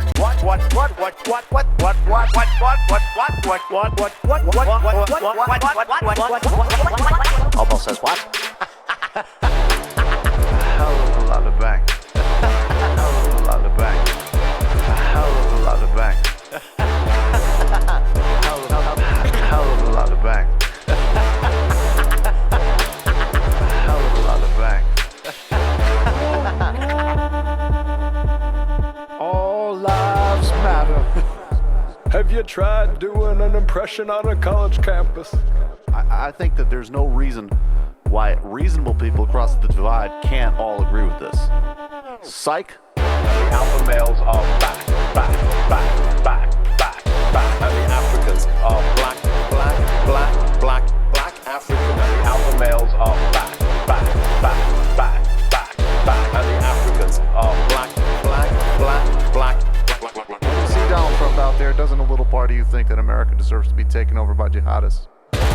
Keeping it 100. Can't knock the hustle. Come on! Fuck 'em. Things I do for the bigger game plan. By the way, it's my birthday! birthday to me, Jew boy. I have a thought experiment for you. And the alpha males are back. Africans are black. Alpha males are back. Africans are black. Come on. Well, come on. Come on. Someone needs to pay the price for blasphemy around here. I am a total Pussy. I don't. Welcome to the fun half. I called into the system, but I'm not seeing us for some reason. All right, let me try again. The IMs are open. Can you just take that down, Matt? Because I'm going to call right back in. Oh, I see. Got minimized. Wait. I'm going to open it on this one. Sorry, folks. Okay, let's get to some sound. Have you guys followed, this is from Jay Cool, have you guys followed the story of China's Huawei CFO arrested in Vancouver? If so, what are your thoughts? I haven't at all. None at all. That sounds like something that's worth following, though. These Russian spam things are so bizarre. It's quite a thing in today's world to get spammed with Russian stuff. Wu-Tang Clan. I'm with Matt. I want the Dow to drop. I believe that was one of Matt's I was being takes. Being a bit glib, but the broader point is I don't have no buy-in personally to the stock market, so I don't give a shit. I think that's a perfect. I mean, I think I want people to thrive and not have. Well, I want people that haven't been thriving, top 10% to thrive. As long as it doesn't impact the donations to this show and the Michael Brooks show and Literary Hangover, I imagine. I mean, right. I'll take a. There are some basic. I mean, yeah. If I was told that max putting a cap on total wealth at $10 million would hurt Literary Hangover maybe $20 a month, I'd be okay with that. Yeah. $20. I would trade $20 a month. Thoughts on Pax Oxnard's album? Pax Oxnard album. I haven't listened to Anderson .Paak's new album, but I'm a big Anderson .Paak fan. So the new album I've been listening to is Meek Mill's new album, which is great. I would say the best album of the year so far. Aggressive regressive. My right-wing family members are discounting this Khashoggi death as a ploy to undermine Trump and Israel. They say that Turkey could have stopped it, and Iran does this with frequency, yet the press covers it up. I can't even anymore. So, I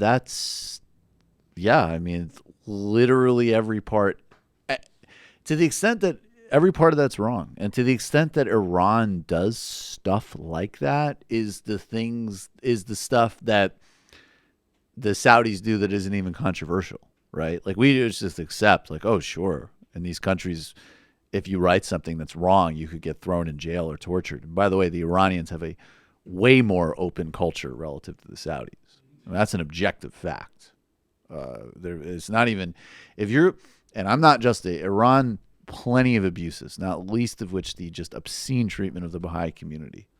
But if you're staking your claim on the region around the defense of human rights and you have any good words to say about Saudi Arabia or Israel for that matter, you have zero credibility. Zero. Jay Tingle. Here's a timely link. Apparently, according to come on, dude. This is not, I don't know about that. Oh, okay. A former apprentice staffer has claimed that Trump was a speed freak who invited beauty contestants up to his suite.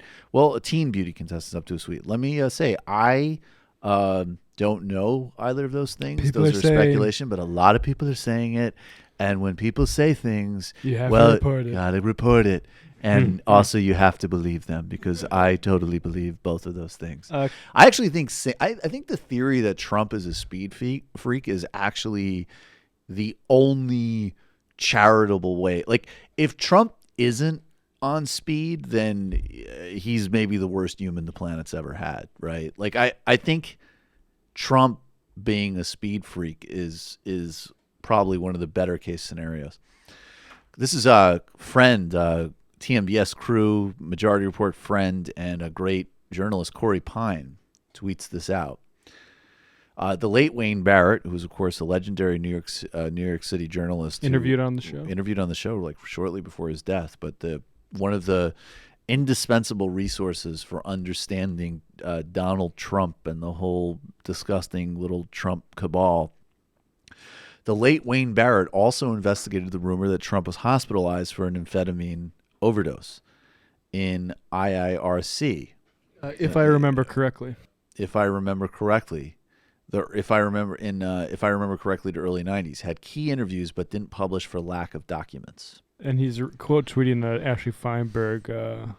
Oh yeah, and this was right. She so wrote Ashley, this in 2016. Right. Everyone should always listen to me, always, in my opinion. And this is back a Gawker piece.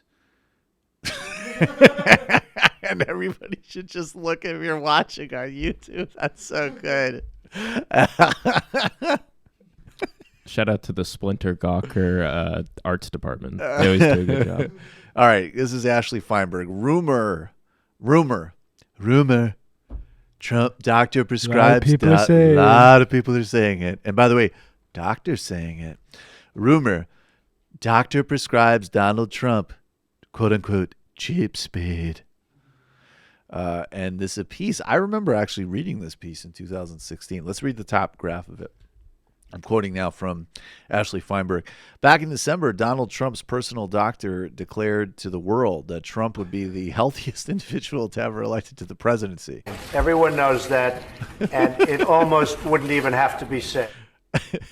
Well, that particular claim is unfalsifiable, though almost certainly incorrect. According to a source with knowledge of Trump's current prescriptions, that letter isn't telling the whole story. Most notably, Donald Trump's allegedly still taking speed-like diet pills. Rumors of Trump's predilection for stimulants first reported, I like this phrasing, first started really popping up in 1992 when Spy magazine wrote, quote, "Have you ever wondered why Donald Trump has acted so erratically at times, full of manic energy, paranoid, garrulous, well, he was a patient of Dr. Joseph Greenberg from 1982 to 1985. At the time, Dr. Greenberg was notorious for allegedly doling out prescription stimulants to anyone who could pay." Deal should have never been thought of. I mean, untreated syphilis or speed would be the most generous explanations of Donald Trump, or like horrifying childhood abuse. Yeah. That would probably make any of us sympathetic for anybody. If this was those are the best speculations. If this was an episode of House MD, we're like after the first commercial break, still we've got like two different hypotheses. But it's really starting to narrow down into those right. couple. It's unclear which one's going to be. We don't know. Could be both. But could be everything. I could just be every type of fucked up that is humanly possible. And for all of these, like, I remember every time that we've joked or pointed in the direction of, you know, we don't know, but at least credible reporting on this. I know a certain segment of idiot on YouTube who does a lot of like, or like on Twitter, who does a lot of concern trolling, will be like, "These guys, I can't believe it. Tabloid journalism." Sometimes tabloids turn out to be correct. And when you're like dealing... how Nixon got away with the open secret that he beat his wife. How did he get away? I don't know that story. Basically, so Anthony Summers sort of... I don't want to get into that. Cy Hirsch in his most recent book came out and said, like, yeah, we all knew about it, but that wasn't sort of a newsworthy thing. You kind of hushed that up, right? So it was just a misogynist context of the time, yeah, basically. Okay, but that point being, and also like, look, you don't ever make stuff up or report things that are wrong, but when you're dealing with a dangerous, erratic, corrupt, authoritarian politicians in general, you explore every viable angle of who they are. And that story, we have no idea if it's true, but it's viable. That is a definite viable story. Yeah, I mean, and it's sort of, you think about Kennedy, you talk about his sort of health problems that might have been certainly irrelevant in certain cases, like was it Addison's disease or whatever? He was taking steroids in his back. Right. That also might have made his libido a bit overactive. Like that's a known side effect to what Kennedy was on, and also like Nixon was. Oh my God! Nixon was on. More. I think I forget the type of Diazepam or something like that. Yeah, like he was on Diazepam. I actually did know that for some reason. But wasn't he also? Was he a? Yeah, you can hear in the Nixon tapes because the recording device is in his desk. When he moves his like drinks on the table, his tumbler. You can hear the tumbler like like setting down on the table every time. It's actually one of the more audible things on those tapes. And it sucks, but like these sorts of personal things can be relevant when we don't have a lot of these decisions aren't taken with democratic transparency, I guess. Right. Definitely. And also, I just think, frankly, like, there's a democratic, like, first the centrist mainstream Democrats did, like, oh, we're not, unfortunately, the unfortunate phrase, when they go low, we go high, right? And that is just, it's not going to work in political warfare. But then there's this, like, crazy overcompensation that some people did, where it was like, oh, we have to find our own Trump, who's just as ridiculous, just as over the top, and that's not going to work in the Democratic Party. It's not going to work to put together the coalition that you need to defeat Trump. It's going to need to be different. But if ever there was like the type of story that a good Democratic candidate could intimate just to freak Trump out and make him look ridiculous in a debate, as an example, that would be the type of thing I'd like to see them doing. I would love to see Bernie Sanders or Sherrod Brown or Kamala Harris or Beto O'Rourke. I'm super agnostic for purposes of example of whoever it is, right? On a debate stage, and I don't know how you do it, but just the type of like, you couldn't be like, why are you sniffling? You all right? Like, whoa, you seem a little amped up. Like, do what he does in terms of like everybody's saying it, hinting at it. I think if the right person did it in the right way, it's exactly the type of thing that would get under his skin and make him make an ass of himself, which would be great. Yeah. I mean, I'm out. That's politics, babe. This isn't. That's politics. 100%. Trump should have been trolled with the Epstein thing, but he couldn't for reasons we've already went in on. Precisely. So Laura Ingraham is, of course, she's freaked out that Donald Trump has not been named Time Magazine's Person of the Year, Man of the Year. I don't know who pays attention to these things besides Donald Trump.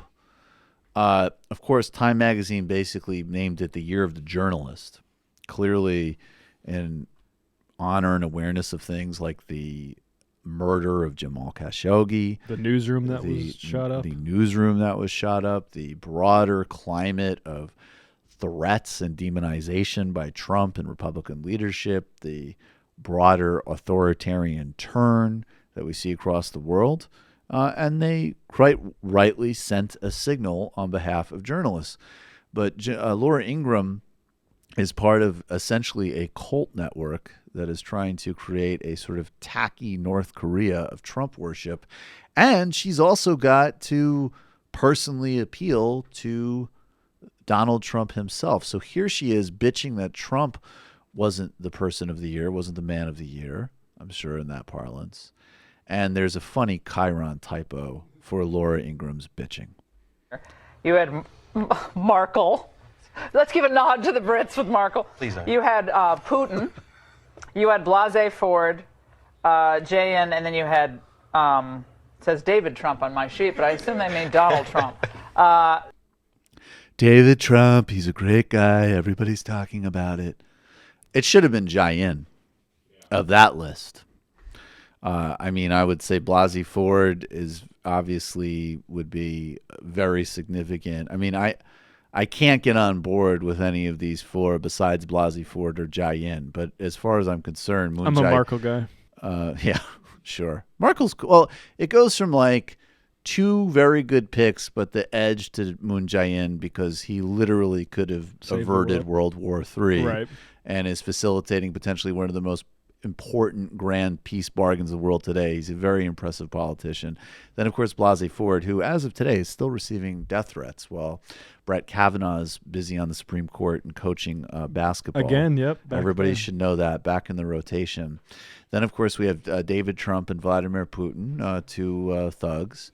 And then Meghan Markle, who's, she's cool, but I don't know if it's Person of the Year material. And Robert Mueller, I'm sorry, I don't have the resistance. Look, we actually talked about this morning. If the Mueller investigation turns out to be a grand investigation, a sort of like weaponized Panama Papers that tracks all of the nexuses of money from the Gulf states, from Israel, let's maybe open it up to people like the Kochs or the Mercers, every single piece of influence peddling. And a corruption probe, which would, I'm sure, of course, starts with the Trumps, but could expand out to include probably almost all Western political leaders who've been corrupted by money, then I am willing to forgive him his entrapment cases that he helped build his career in the FBI on. It'll be like the scene in Donnie Brasco, which is horrible. It's literally, for me, it's unwatchable. They have to think fast because Donnie Brasco's undercover in a mafia crew, I think Bonanno family, and they go to a Japanese restaurant, and the waiter says, and it's like a new thing for whatever time period it is. It's like, oh, let's go check out a Japanese restaurant. And they say, we're going to go sit on the waiter's showing them to the tatami mats, and they have to take their shoes off, and his tape recorder's in his boot, so he cannot. And he's like, I'm not taking my shoes off. And they're like, Donnie, like, what are you being a hard-on for? And he goes, my dad, I became an orphan because some fucking Jap killed my father. I'm not taking my shoes off for a fucking Jap. And the waiter's like, please, could you, and they end up taking the waiter and beating the shit out of him in the bathroom. And it's a really disturbing, painful scene. And later in the movie, he's sitting in like his, he's in this like bleak apartment that he's living in while he's undercover. And he just keeps listening to the beating over and over again. And it's like breaking him. But it's in service of a larger cause. So if Robert Mueller indicts Donald Trump, Tony Blair, we can forgive him, I guess, a couple of disturbed young Chechens that he put in jail on essential entrapment. Yeah, if his long-term goal was to create a sort of reverse Red Scare against capitalism, right? Which is, to be honest, that's what's appealed to me about the Russia story to begin with. Like I have, before all this stuff happened in like 2015, I read some books that are sort of like the conspiracy theorist sort of thing about Putin, right? So I'm like, I had some sort of fertile ground in my mind for this to happen, but fundamentally, like, he's just a representative of a sort of like oligarchy. Like that's it's not him as the genius FSB agent that can play on all the or create all this stress in America, right? That's not what's happening. This is money taking what it can, and precisely using whatever means it can.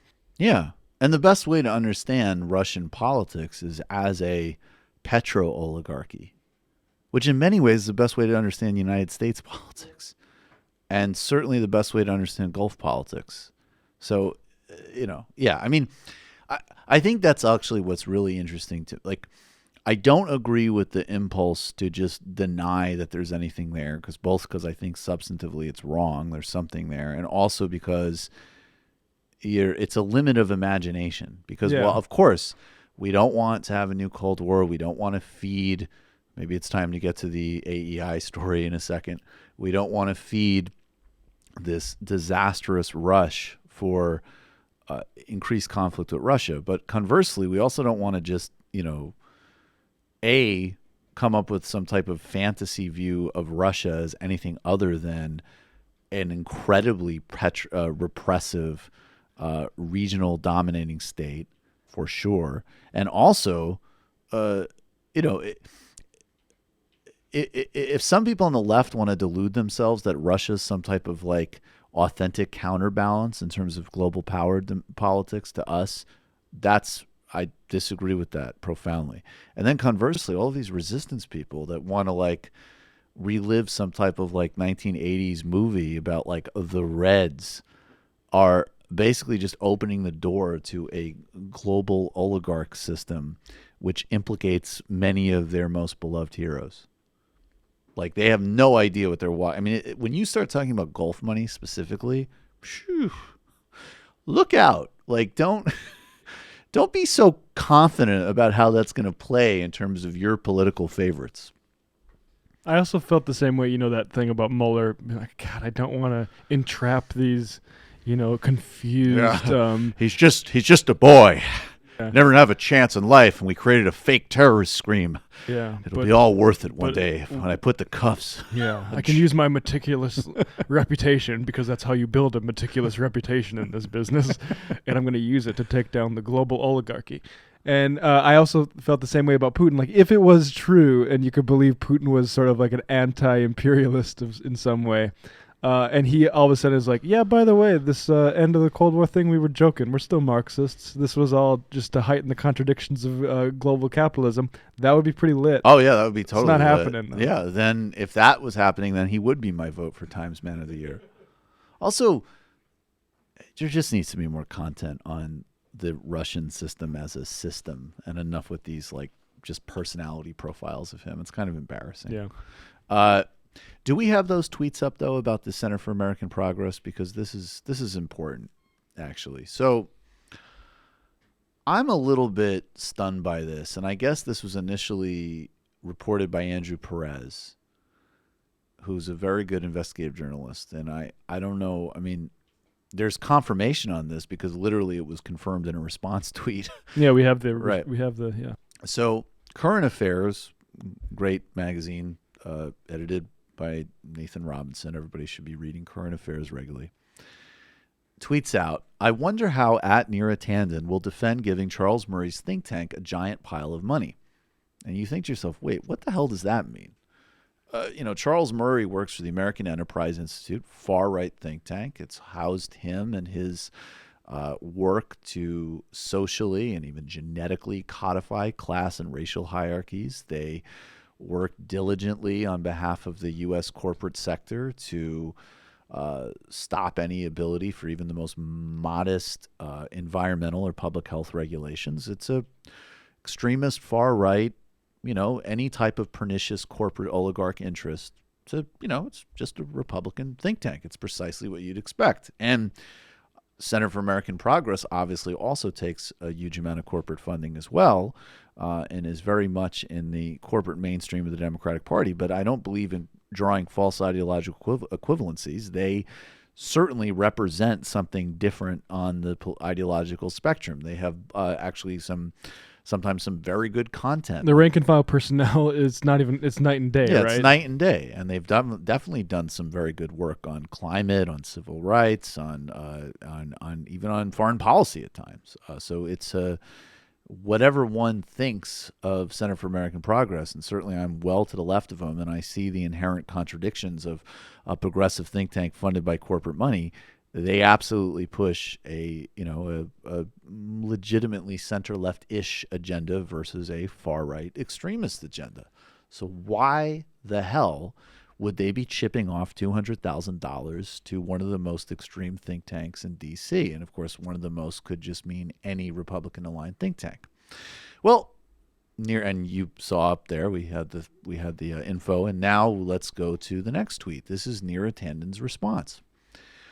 We have a joint program on defending democracy from the rise of authoritarianism. Here's the press release from CAP website. I welcome @Current Affairs to cover the many papers we have jointly authored. This is a critical topic more media should focus on. Okay, sure. I would tend to agree because there actually is a global far-right authoritarianism that's rising. There's also a certain very real authoritarian tendency, in fact, of the third way politics of Emmanuel Macron, very quickly going to riot police, very quickly going to violently repressing anti-austerity protests, and also in general rushing through a whole new slew of legislation targeting immigrant populations and opposed to civil liberties. Also, we have this research that came out last year that was reported in the New York Times that say that centrists are actually the most skeptical of democracy across the Eurozone, as well as Australia and New Zealand. So, yes, authoritarianism is a very important and dangerous issue, from the United States to Hungary to Russia to India to the Philippines to Brazil to Israel. But what exactly do you think you're doing when you team up with a think tank like AEI, who, of course, would be filled with people, the descendants of Pinochet defenders and advisors? Charles Murray. And a guy like Charles Murray, who's literally best known for making a form of highly distorted scientific, quote-unquote scientific racism to be socially acceptable, whose entire work, both of of natural and social science, is an attempt to justify class dominance and racial hierarchies.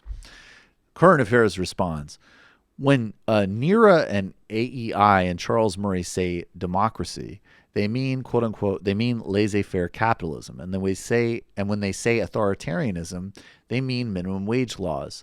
The Europe report in your link, and here's the tell, classifies Jeremy Corbyn among the authoritarian populists. There have been certain criticisms of some of Jeremy Corbyn's rhetoric, which I've engaged in because I think that they represent not any type of actual problem, but legitimate stylistic concerns and questions which are a part of politics. If you could name a single policy that Jeremy Corbyn is advocating that could even be remotely construed as authoritarian, you should be paid millions of dollars, because it does not exist. In fact, the proposals of Corbyn and McDonnell would not only affirm UK democracy, they'd broaden it to include worker democracy and worker power in the forms of worker cooperatives, actually probably the greatest enhancement of democracy being proposed by a party in modern era. So that shows the cards there. Jeremy Corbyn as an authoritarian is a ridiculous smear. Now what we have here. And these criticisms aren't just some sort of like post-Chapo Bernie bro thing, right? Like this is a Greg Sargent post from January 2015 where it's talking about Center for American Progress's donors. And there's this line that says, perhaps most notably given CAP's advocacy for an economically progressive agenda is that CAP's top donors include Walmart and Citigroup, each of which have given between $100,000 and $499,000. That's about a partnership with AEI worth. There are two of them. Indeed.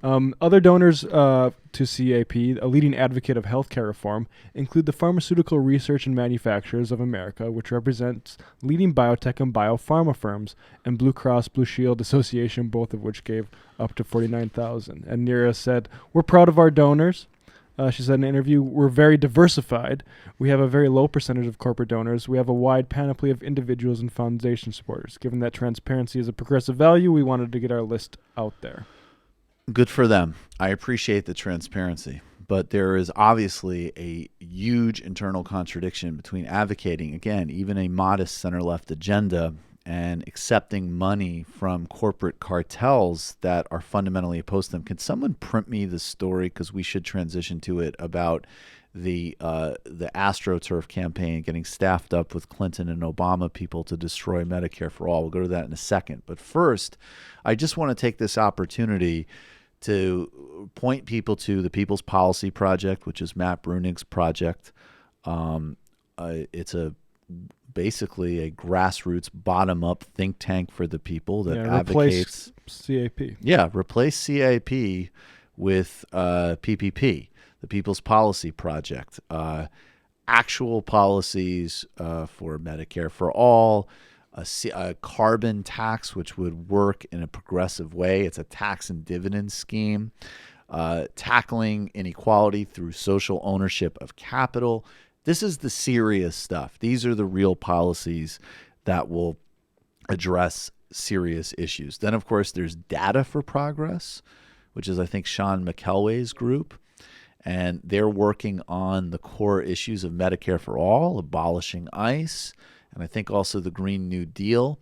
And they're providing the sort of polling and political strategy so that people running on state, local, municipal, and national levels can have a fully fleshed out and for real, no bullshit progressive agenda. So when you're looking forward for building the future, and that's the context, by the way, on which the entire party turns, is the funding and intellectual and strategic infrastructure of actual progressive groups with real policy coherence, because they aren't undermined by either just sort of incestuous networks and sort of cognitive capture, or just straight up raw corporate influence from, Walmart and Citicorp are some of the most damaging and dangerous corporations on the globe.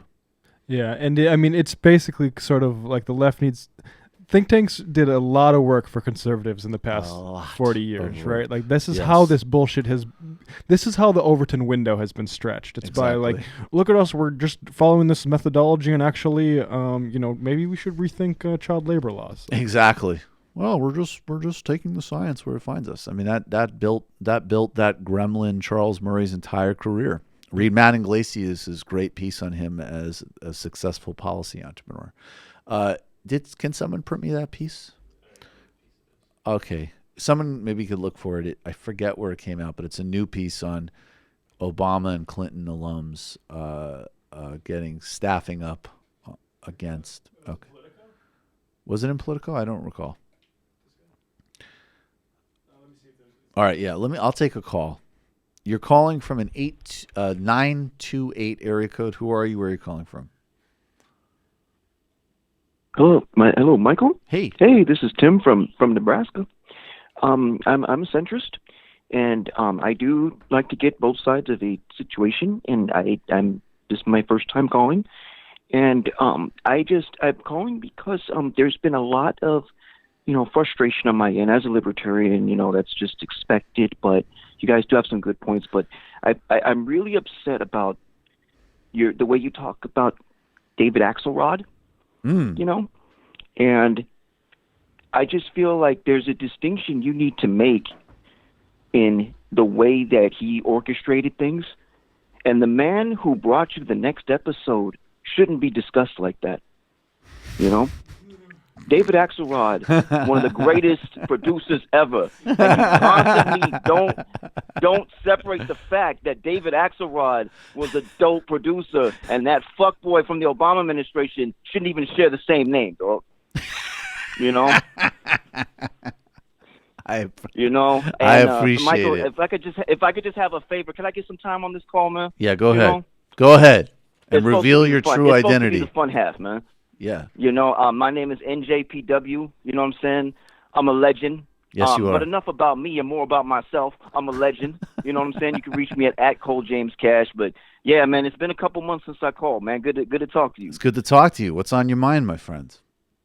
Well, first of all, man, the click online, man, on Twitter is called Left is Best. You know that. Yes, Left is Best. And I had a sale on my music on my Bandcamp. Nice. Because, frankly, man, like, my son wants this drone. My son was diagnosed with autism a couple weeks ago. Oh. We're gripping with some things and this and that, but also gripping with the fact that rent is expensive out here, as hell out here in the San Jose Bay Area. And if you can believe it, man, the followers, man, they chipped in, and I was able to get my son a nice, expensive $200 drone. That's because awesome. of that. And that's amazing. Those members like Lisa W., Temple Drake.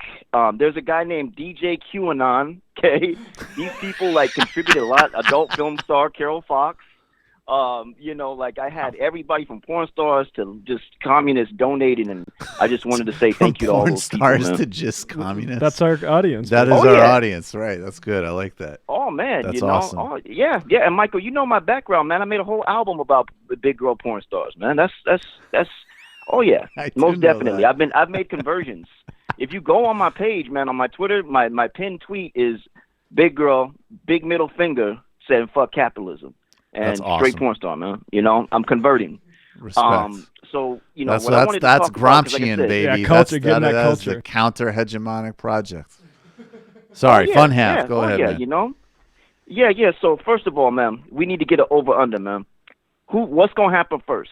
6ix9ine getting life or Congress impeaching Donald Trump? Who's going in 6ix9ine first? getting life. 6ix9ine getting life. That trial's in September. Yeah. No, they're not going to impeach him. You don't think so? I don't think so, unfortunately. I'll tell you what, though.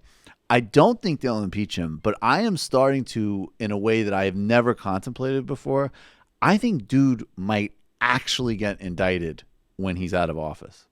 Yeah, I think he might actually face, like, actual criminal charges. And I haven't allowed myself to entertain that possibility before. And I'm not saying it might literally be the National Enquirer stuff.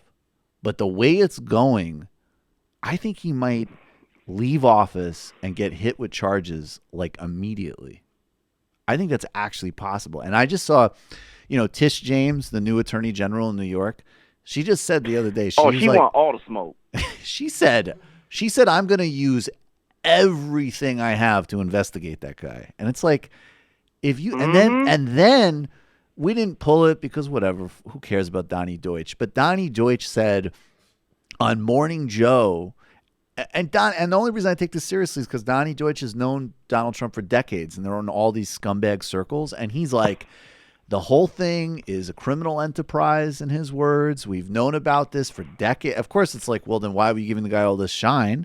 But I mean, he said this thing's going to take him down and his family. So I'm starting to think that this might end in a really dramatic way. I think it's actually possible. And as I always say, the goal of modern politics is jail Trump, free Lula. I mean, as a Brazilian, you already know how I feel about that. Yeah.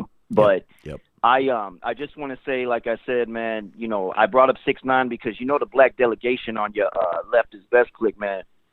We kind of need an explanation as to you talking about how you like 6ix9ine as musically, I mean, I'm not going to ask you for an explanation right now because there's other things I want to discuss, but trust me, we will be coming back to that. No, I noticed that. I noticed there was a request for a meeting. I noticed that. 6ix9ine is a garbage ass rapper, and you kind of co-signed him. I don't know. Well, Mike. let me tell you. Here's the thing about 6ix9ine. So we interviewed on Woke Bros, which is the show I do at Waz, Bobby Shmurda's lawyer, and I don't think Bobby Shmurda and definitely not 6ix9ine especially like 6ix9ine has obviously done some extremely fucked up shit. He done without a doubt. But I also think that there is, I do think that there's an NYPD, whether they call it or not, but there is literally a rap the unit. hip-hop cops? Yes, that's a real thing. Yeah. And I think the way they go after, in an almost paramilitary way, essentially like, idiot 18, 19, 20-year-olds, I think there's a bigger problem there. But 6ix9ine's a trash person, I think is pretty clear. Secondly, it's also, it's like once, it was a Desus and Mero, I don't remember when, but they were playing a 6ix9ine song and making fun of him. And then one of them, though, had the honesty to be like, you know what makes me really angry about this? If this came on in a club, I'd be dancing right now. And so that's where I'm at. Okay. I can't lie. I got you. Yes. I got you.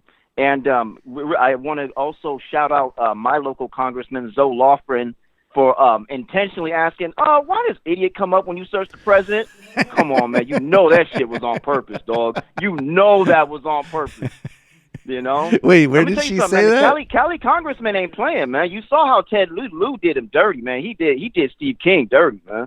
Yeah. I heard about that one. This was just a day removed after Pelosi put him in a body bag, you know, and you see Chuck Schumer like, oh, well, my friends are here. I guess I can say something now. Chuck Schumer's such a bitch, man. You know, his walking posture out like, was terrible. Nancy, we did good, right, Nancy? I said things too. Shut your bitch ass up, Chuck. You know, I mean, real talk, man.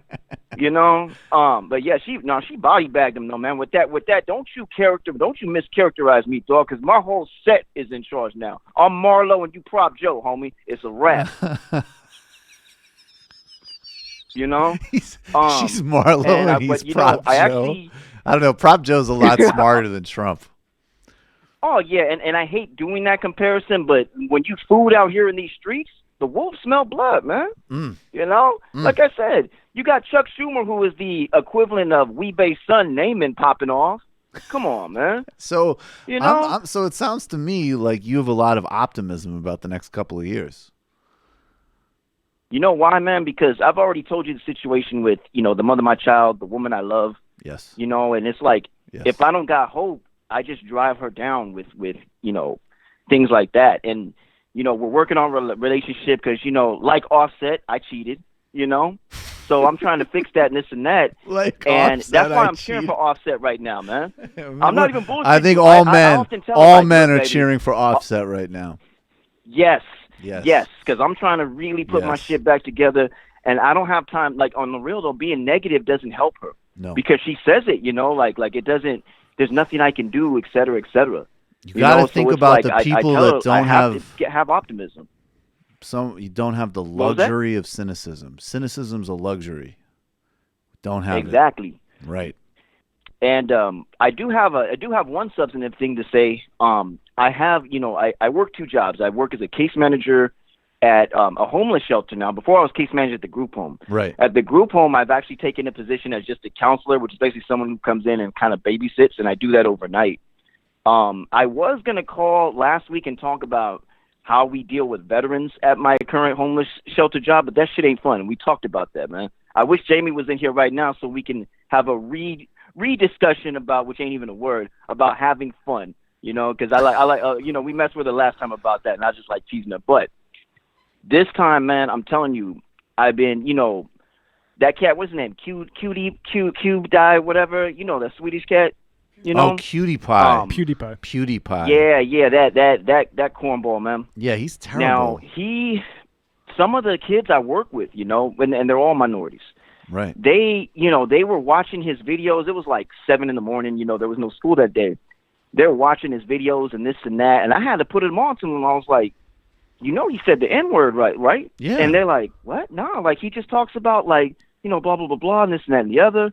And it's just like I've had to like kind of educate him and this and that.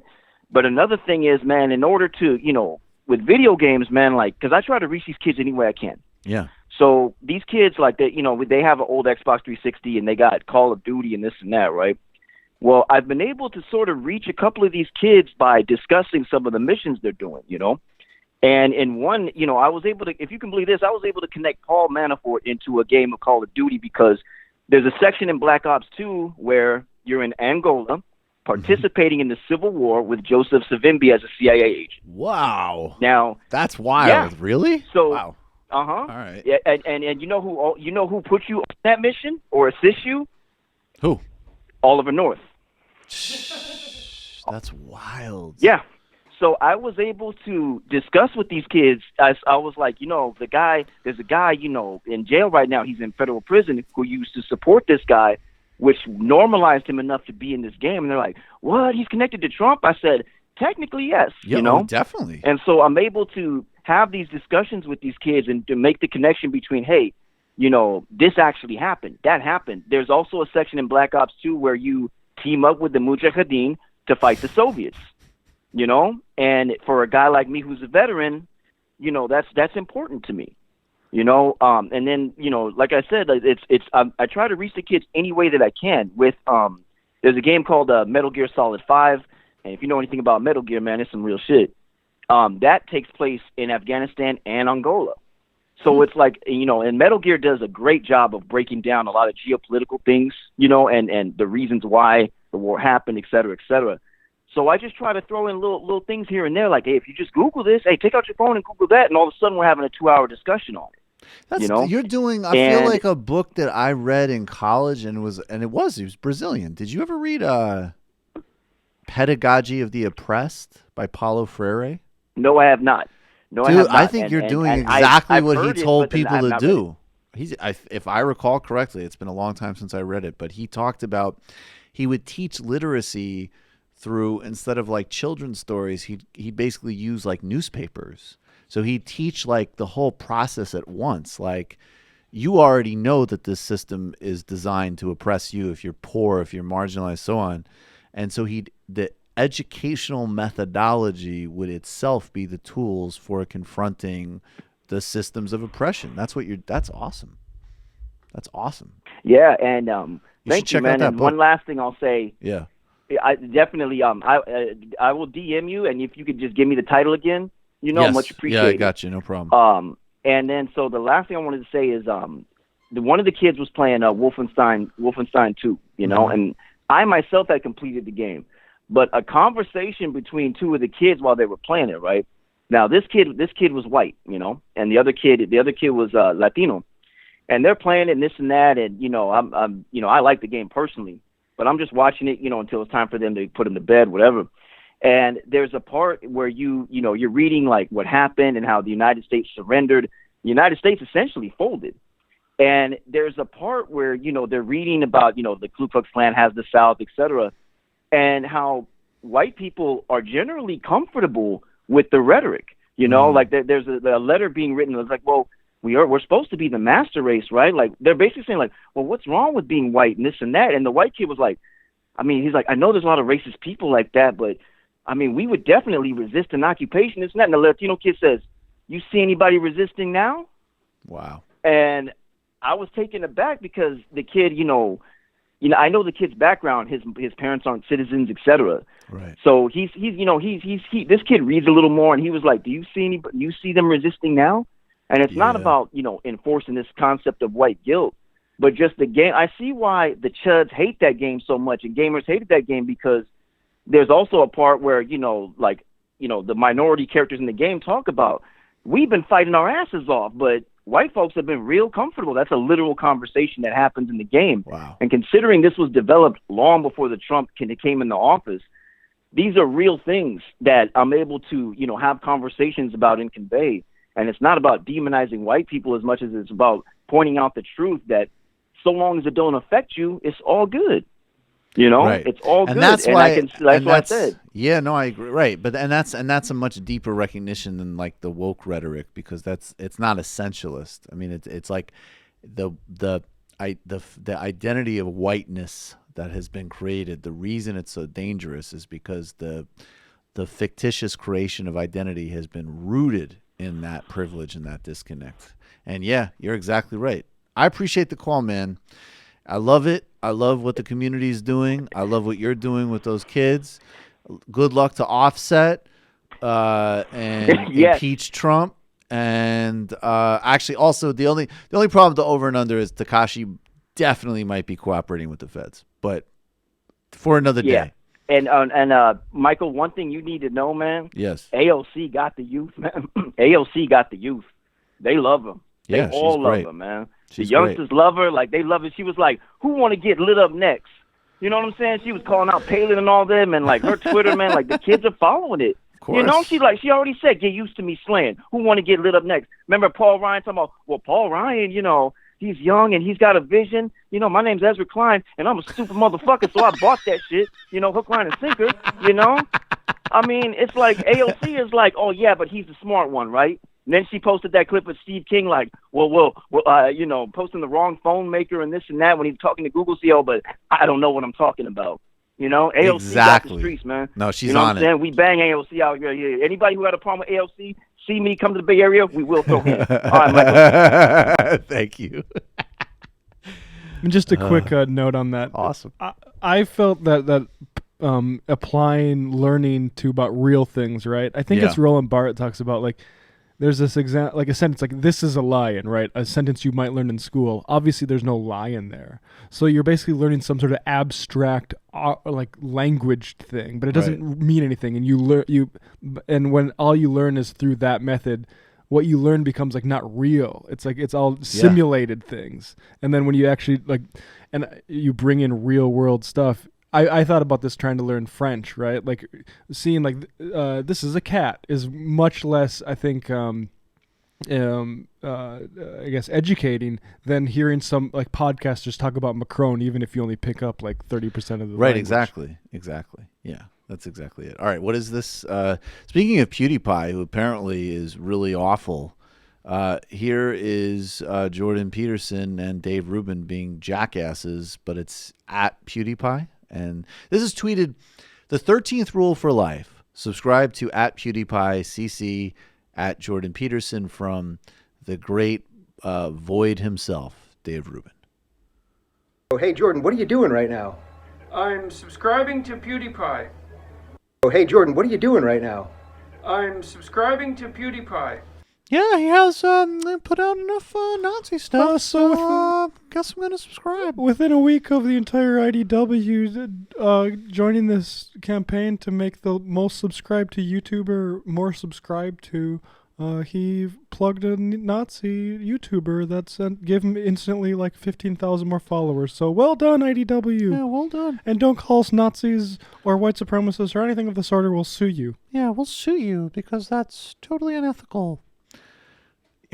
Jesus. You're calling from a 216 area code. Who are you? Where are you calling from?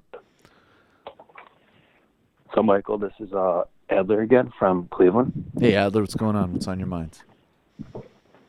I was wondering if you guys had any thoughts on Theresa May's snap election yesterday. I saw that Jeremy Corbyn still isn't putting forward a no confidence vote, but seeing the results yesterday that she only got 200 votes out of 300, so she's basically lost 1/3 of her party's confidence. Yep. I was wondering if you guys thought that if Corbyn were to call like a snap or a vote of no confidence, would he be able to get it, thus creating a election to have to come up? I don't know how the system. I think that the prime minister has to call the snap election, and the Tories still have enough to where like the government is not going to collapse. So Corbyn can't just do that, but he's been calling steadily for them to go to the polls because the Tory government is a total disaster. Everybody hates the Brexit agreement that Theresa May's come up with, and the people. I mean, they've just been being pounded by Tory austerity now since at least 2010. It's increasing poverty. It's increasing mortality rates. And they should absolutely go to elections. And I don't support Brexit at all, but I also do not think that Jeremy Corbyn should use his political capital on a second referendum. He should use his political capital on winning a race for prime minister. So yeah, that's my read. And I mean, she had enough to survive, but as I said in the beginning, when Margaret Thatcher finally quit after a very long and terrible in terms of effect on people, but politically very successful leadership, she had more votes than Theresa May did, but she estimated that her lack of support was not enough to sustain staying on as prime minister. So, Theresa May's a disaster, and part of it is because structurally what they're trying to pull off doesn't work, and obviously also she's a very, very politically untalented person. Appreciate the call, man. All right, let's do a few more pieces of sound. Do you remember Elon Musk? I and all of us took on so much heat because if you criticize Elon Musk on YouTube, it sets off some type of like atom bomb inside the psyches of obsessive young men. it seems like. Basically obsessive young men. I guess other people too. He's amazing. He's trying to help. He's an innovator, and you're just jealous. We need a capitalist individual to save us from climate change. Right. We the biggest problems on the planet, which are going to never be dealt with without structural policy initiatives, can be saved by all of us by one innovator, because I don't want responsibility for my life and I don't want to think. And if you're criticizing him, I'm going to get comically triggered. I also will, usually I will grant that, at least the things he's working on are, desirable. But I don't think a guy that hates public transportation working to increase the lifespan of the personal automobile, which I think has been environmentally disastrous, and not to say like sociologically. You don't just think it what has been. Yeah, with what we do. The automobile is a massive threat to the planet, and like communities also. Yes. So I don't think that's the Tesla's necessarily been a positive project either. No. And so people freaked out, and then Elon Musk started doing things like his companies just don't achieve much besides the Tesla. The longer-term projects don't pan out. He tweets all sorts of bizarre shit. He accuses a guy of being a pedophile because that guy is like, hey, we're rescuing these Thai divers. Could you please not make this about you? And so it seemed like at least a couple of people said, you know what, Michael, you were right to criticize the guy. And I even got to a point where I just sort of felt bad for him. I didn't have any kind of personal animosity towards him. I just know that sort of like capitalist savior complex, that exists as an innate problem for society. It's a problem with Steve Jobs fulfilled that role. It's a problem when Elon Musk filled that role. Although I will say, my God, as evil as Steve Jobs was, and look up China, look up the environment, look up how he treated his engineers, look up even just his own personal life if you need verification of that statement. But my God, what a downgrade from a sort of actual evil genius in Steve Jobs to, I think, just apparently a very talented but, very kind of insecure, troubled guy in Elon Musk. Not a genius. Not a genius. And a guy who could use our compassion and support. He's under way too much pressure. But also, obviously, kind of a narcissistic pain in the ass. And here he is. He also got fined by the SEC. He had all sorts of troubles, so we let off of him for a couple of months. And now he's back on 60 Minutes reminding us that let's not even personalize it to him. This is the guy that everybody from the hordes of people on the internet to Sam Harris to editorial pages and politicians, this was what we were putting on a massive pedestal. Have you had any of your tweets censored since the settlement? No. None. Does someone have to read them before they go out? No. So your tweets are not supervised? The only tweets that would have to be, say, reviewed would be if a tweet had a probability of causing a movement in the stock. And that's it? Yeah, I mean, otherwise it's, hello, First Amendment. Freedom of speech is fundamental. But how do they know if it's going to move the market if they're not reading all of them before you send them? Well, I guess we might make some mistakes. Who knows? Are you serious? Nobody's perfect. Aww. Look at you. No, I want to be clear. I do not respect the SEC. I do not respect them. But you're abiding by the settlement, aren't you? Because I respect the justice system. Oh, sharp distinction there. Now, of course, he got dinged by the SEC, got fined earlier in the year because he essentially used his Twitter to manipulate a stock price. And he copped to it, and he paid a fine. And he's still clearly sore about it. I also, look, I will be a pendant here because this is a guy that, again, so much weird projections and odd, bizarre emotional issues of the internet and of techno-capitalism and of the Pinker Harris delusion were projected onto him.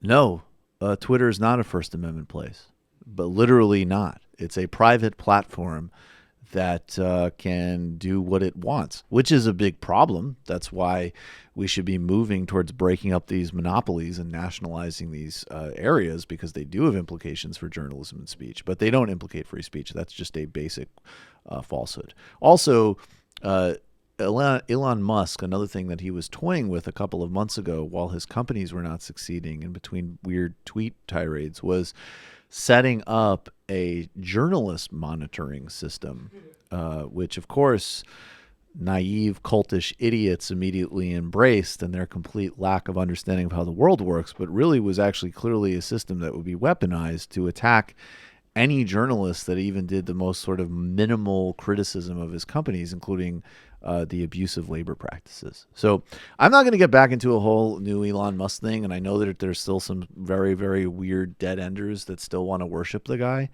But, I mean, he should just be a case study as to why the capitalist savior complex is an innately delusional idea and should be left to, I don't know, Ayn Rand's turgid prose and not real life. And hostile to democracy and the rule of law. Right. I mean, the way that just the hostility as to the SEC, right? I don't know. They dinged you. They're there. And by the way, we're in an era where the SEC, if anything, should enforce way more. You so extravagantly try to influence your sale, I believe in that case, to a Gulf investment fund. He said they're thinking about taking Tesla private at the price of $420. Making a bad joke in the middle of it. A bad joke that might also, affect stock prices. Which, of course, ironically, trying to get it private into private Gulf equity hands is another pretty strong irony of the, savior of the climate crisis guy. But I guess what I was going to say is there is a whole bunch of rich bastards waiting and just really thirsty for somebody to make the case that insider trading and market manipulation isn't actually that bad. Right. Because as we know from the long New York Times report on Trump's real estate business, that's a big part of how he grew his fortune by basically pumping himself up in the media. And like Meghan McArdle, this was in the Meghan McArdle, one of the most steady, boring, yet constantly destructive and harmful influences in American life. Show me the victims of insider trading, I'll wait. And that's because these guys want to be able to play with their money in the way that they can. They want crime to be legal, and they want to trade amongst themselves and never have any accountability. And speaking of never any accountability, let's get to this clip of the ever odious Jamie Dimon. Jamie Dimon, whose bank was involved in every aspect of the 2008 crisis, which eliminated trillions of dollars of wealth because of Wall Street greed, crimes, and incompetence, including things, by the way, that like this insider trading thing, some of them were definitely legal. They were legal because Wall Street paid off both political parties to make corrupt practices legal. And Jamie Dimon, thanks to a pliant, credulous press and people like Barack Obama, who insisted on calling him smart, somehow emerged from his obscene role in not only the 2008 crisis, but the whole political system that led up to the 2008 crisis unscathed. He's still the CEO of a city. And there's a talk in the financial press, any type of serious financial press, certainly real great economists like Professor Richard Wolff. Everybody should be subscribing to and watching all of his videos at Economic Update. His work is excellent and indispensable. That we might be headed into another recession soon.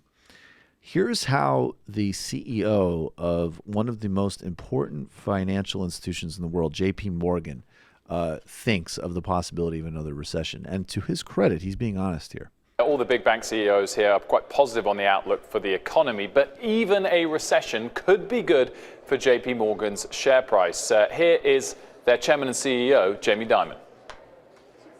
I don't look at a recession as a bad thing. I mean, it's bad for America. It's bad for the people unemployed. It's usually an opportunity for JP Morgan.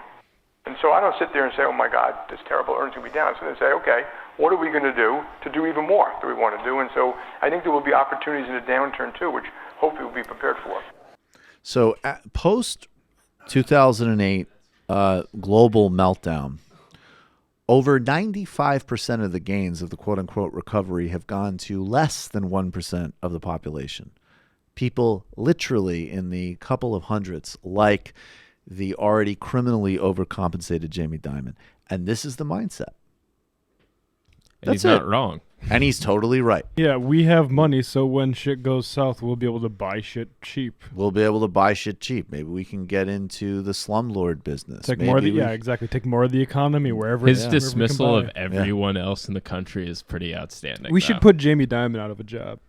100%. And into he should have gone to jail. He should. All of the Wall Street people should have gone to jail, and still should go to jail. Him in particular, though. I can't he avoided jail time. Check out there's a old Majority Report clip where Sam and Taibbi discuss a Alex Perrine appearance on CNBC, where CNBC wasn't entirely sure who they were booking. I think. It's very, very good. I believe that got him a lifetime ban from the network. Oh, of right, channels. for not worshiping. That's what you got to do. This absolute grotesque scumbag, Jamie Dimon. In Brazil over the weekend, I'm just going to quote now briefly from Brazil Wire. There's a movement in Brazil. It's called the Landless Rural Workers Movement. They had an antagonistic but also mutually supportive relationship with the Workers' Party government, and they were mostly protected and supported in a lot of important aspects of their work by the Lula da Silva and Dilma Rousseff administrations. And what they do is they basically go into unused land, even if it's still technically owned by an oligarch family in Brazil or a corporation, but if it's not used, they go in there and turn it to something productive. This is a movement that the prominent economist and geographer David Harvey called, and I'm paraphrasing, the most perfect social movement that he can imagine. I'm paraphrasing. They were supported, as I said, by the Workers' Party, and now this new fascist administration, they've already been under attack by the coup government of Michel Temer that's ruled Brazil in the last from 2016 after the judicial coup that removed Dilma Rousseff. And now, of course, we're moving into the full authoritarian fascistic return of Bolsonaro with the support of Wall Street, the Trump administration, and all aspects of Anglo capital. And they are quite overtly saying that they're planning on criminalizing protests. Bolsonaro's son said that they did it in Indonesia and they could do it here, referring to a mass murder of communists and other people in social movements. And there have been a series of assassinations and murders going back several months. Marielle Franco was a Afro-Brazilian lesbian who was raised in poverty in a favela. She rose as a community activist, and she worked specifically on issues of police violence against the Afro-Brazilian population and against the favelas. She ended up becoming a city councilor. She was assassinated. Her and her driver were murdered by most likely a paramilitary connected with the police force and a drug syndicate. She was shot in such a way that her face was so deformed they couldn't have an open casket funeral. There still have been no arrests made. This is, of course, in a country that has barred Lula da Silva, the two-term, hugely popular, hugely successful president who lifted 40 million people out of poverty, from even doing press appearances. And over the weekend, 2 landless movement leaders were gunned down in Paraíba. And I'm quoting now from Brazil Wire, which is the indispensable website for following what's happening on Brazil. On Saturday night, December 18th, 2 activists from the Landless Rural Workers Movement, MST, were assassinated inside the Dom Jose Maria Paris Aguarian Reform Camp in Alejandra County, Paraíba, around 400 kilometers from the nearest city. Witnesses say that the criminals entered the camp wearing masks and riddled the area where the farmers were eating dinner with machine gun fire. The victims are Rodrigo Celestino and Jose Orlando Bernardo de Silva, both camp coordinators, which suggests that the crime was committed to intimidated people engaged in the struggle for land rights. 450 families live in the Dom Jose Maria Paris camp, where they are exercising their constitutionally guaranteed right to farm on land that was abandoned or not being used productively when they settled on it. The official owner of the property is the Santa Teresa Business Group. I just wanted people to know that. It's important. And just going back briefly, touch on this, to our conversation about Center for American Progress. This is a piece that came out in Politico on the 10th. The establishment looks to crush liberals on Medicare for all, and it outlines how a group of lobbyists and industry people from the insurance industry and HMOs are getting ready to fund a massive AstroTurf effort to destroy Medicare for all. All of these companies, of course, represent the parasitic, self-dealing industries that profit off of the immoral and inefficient healthcare system we have and profit off of the deaths and suffering of millions of Americans.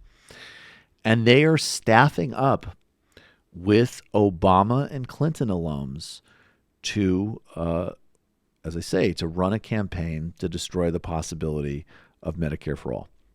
America's health insurance plans and Blue Cross Blue Shield Association, more than a dozen groups, this is now quoting from Politico, more than a dozen groups intended to press their point next year through the Partnership for America's Healthcare Future, a vehicle to combat expanding government role in healthcare. America's Health Insurance Plans and Blue Cross Blue Shield Association helped found the coalition alongside the Federation of American Hospitals, the big lobby pharma CNA, Pharma, and the American Medical Association. If you go back to the history of the propaganda campaigns against going back to the FDR and Truman, these were the interest groups which helped destroy America having a national healthcare system like every other industrialized country. The partnership has received support from Lauren Crawford Schaefer, a veteran of the Obama administration's Health and Human Services Department, and Hillary Clinton's 2016 campaign, who's running its operations out of the lobbying shop Forbes Tate Partners. We believe all Americans deserve access to affordable, high-quality care, but a one-size-fits-all government-controlled system like Medicare for All isn't the answer, Schaefer said. Note the word access. This is a major concern with Beto O'Rourke. This is why people are criticizing him. Beto has not come out clearly for Medicare for All, and he uses terms like access.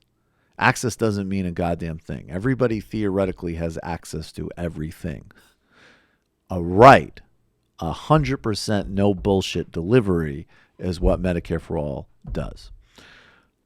Former top Obama aide Eric Smith has been involved in running communications for the partnership, though he told Politico his relationship with the coalition was ending in the next few weeks.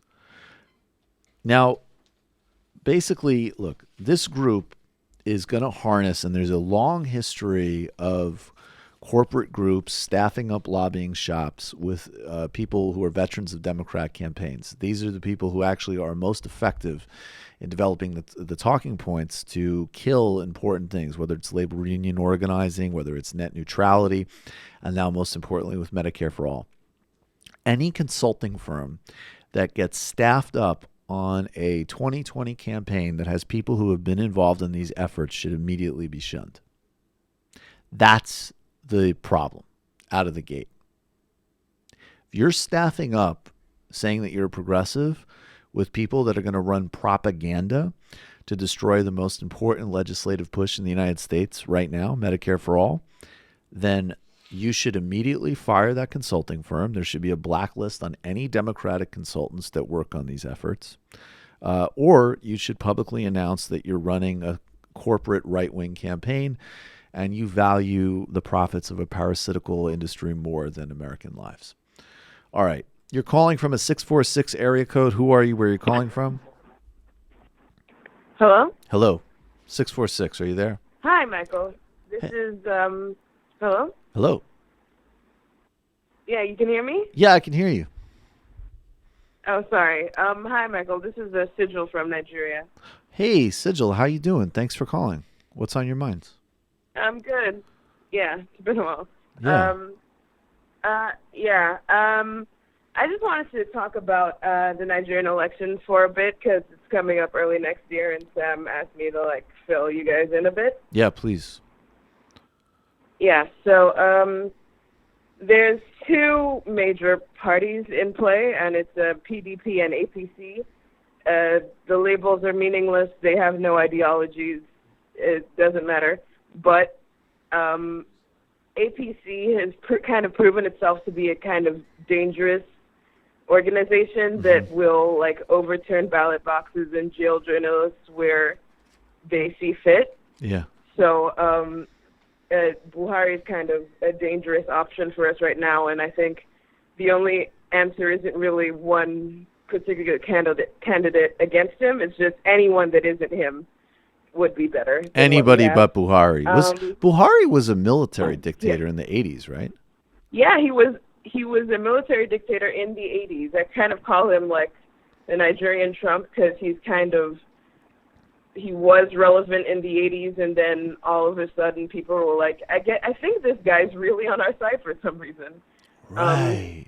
I think in part it was the fact that he had the kind of Obama's PR team. I don't know if Obama like lent him their services or he was actually able to afford to hire them, but like he ran on a big campaign of change and we're going to end corruption and we're going to get Boko Haram, and that's how it kind of got elected in 2016. There was a lot of American consultants working in Nigeria, and yeah, I mean, I don't think they're a private consultancy. They don't need, they can go anywhere. And my guess is because there's so much petro money, there's oil money floating around, campaigns can staff up with these global consultants. And, that's like another issue. Exactly. I'll just make this point super brief. People loved the fact that Tad Devine, who was a Bernie ad maker and Bernie strategist, was involved with Paul Manafort in Ukraine. And they tried to make it like this dumbed down, like, oh, he's involved with Ukraine. Now, first of all, he was not involved with Ukraine the same way Paul Manafort was. Paul Manafort was doing stuff that consultants don't typically do in Ukraine. But the bigger point is that Democratic and Republican consultants shop around the globe, and they have worked for clients, including very corrupt and very repressive clients in every corner of Earth. And it's what they do in the off season. And there isn't much press, and they make a ton of money. And it's another thing that people should be looking at. And people from Obama's team have been all over the globe, including with people like Buhari. And it's terrible, for sure. Yeah. Yeah, I'd really appreciate it if, you guys could get a hold of your corporate vampires for a second. But yeah, we're doing our best. Yeah, I know you guys are. So his main opponent is Atiku, who is the head of PDP right now. He won the primaries. As much as there was, anyway, it doesn't matter. You start paying attention to like the actual ins and outs of Nigerian politics, you might as well start watching Vanderpump Rules. It's that inane and petty. It's like, how do I decide my party? It's whoever gives me the most money. That's it. Anyway, Atiku is kind of just like this rich guy. He's like a guy who made most of his money in like oil, like transportation. So while he's just a guy that's kind of running on this basic neoliberal capital idea of we're going to get Nigeria working again, I still think it's way less dangerous than Buhari's record of like proving to just hate democracy and hate a good chunk of the ethnicities in this country. Yeah, that sounds like, and sometimes we're stuck with those neoliberal versus fascist choices, and you still got, you got to vote for the neoliberal. Well, wait, are you telling me that Buhari wasn't so bad that there's going to be a communist revolution in Nigeria? I mean, we can all hope. Yeah. We can all have dreams. Right. Well, let's dare to dream. I think there's a good contingent of like a very small contingent, but there's actually like an active socialist party. And like, if you'd like to talk to them sometime, I'd be happy to set you up with like the leader of the Socialist Party here. Okay, can you email majorityreporters@gmail.com and put attention with my name, and I will absolutely do that. I will have, that's an interview I'll definitely do. Okay, thanks a million. I appreciate the call. Awesome. Just one more thing, Michael. Shout out to the guy earlier who said his son was just diagnosed with autism, because I'm currently in the middle of getting like an autism diagnosis, and it turns out we're just we just make great leftists. So shout out to that guy. Awesome. Appreciate the call. Thank you. All right. Final call of the day. You're calling from a 201 area code. Who are you? Where are you calling from? What's up, man? It's Sean calling from Queens. How are you? Hey, Sean from Queens. What's going on, Sean? Not much. I wanted to talk for just a sec about the guest yesterday. And just sort of, well, generally, I'm getting a little bored of libertarians.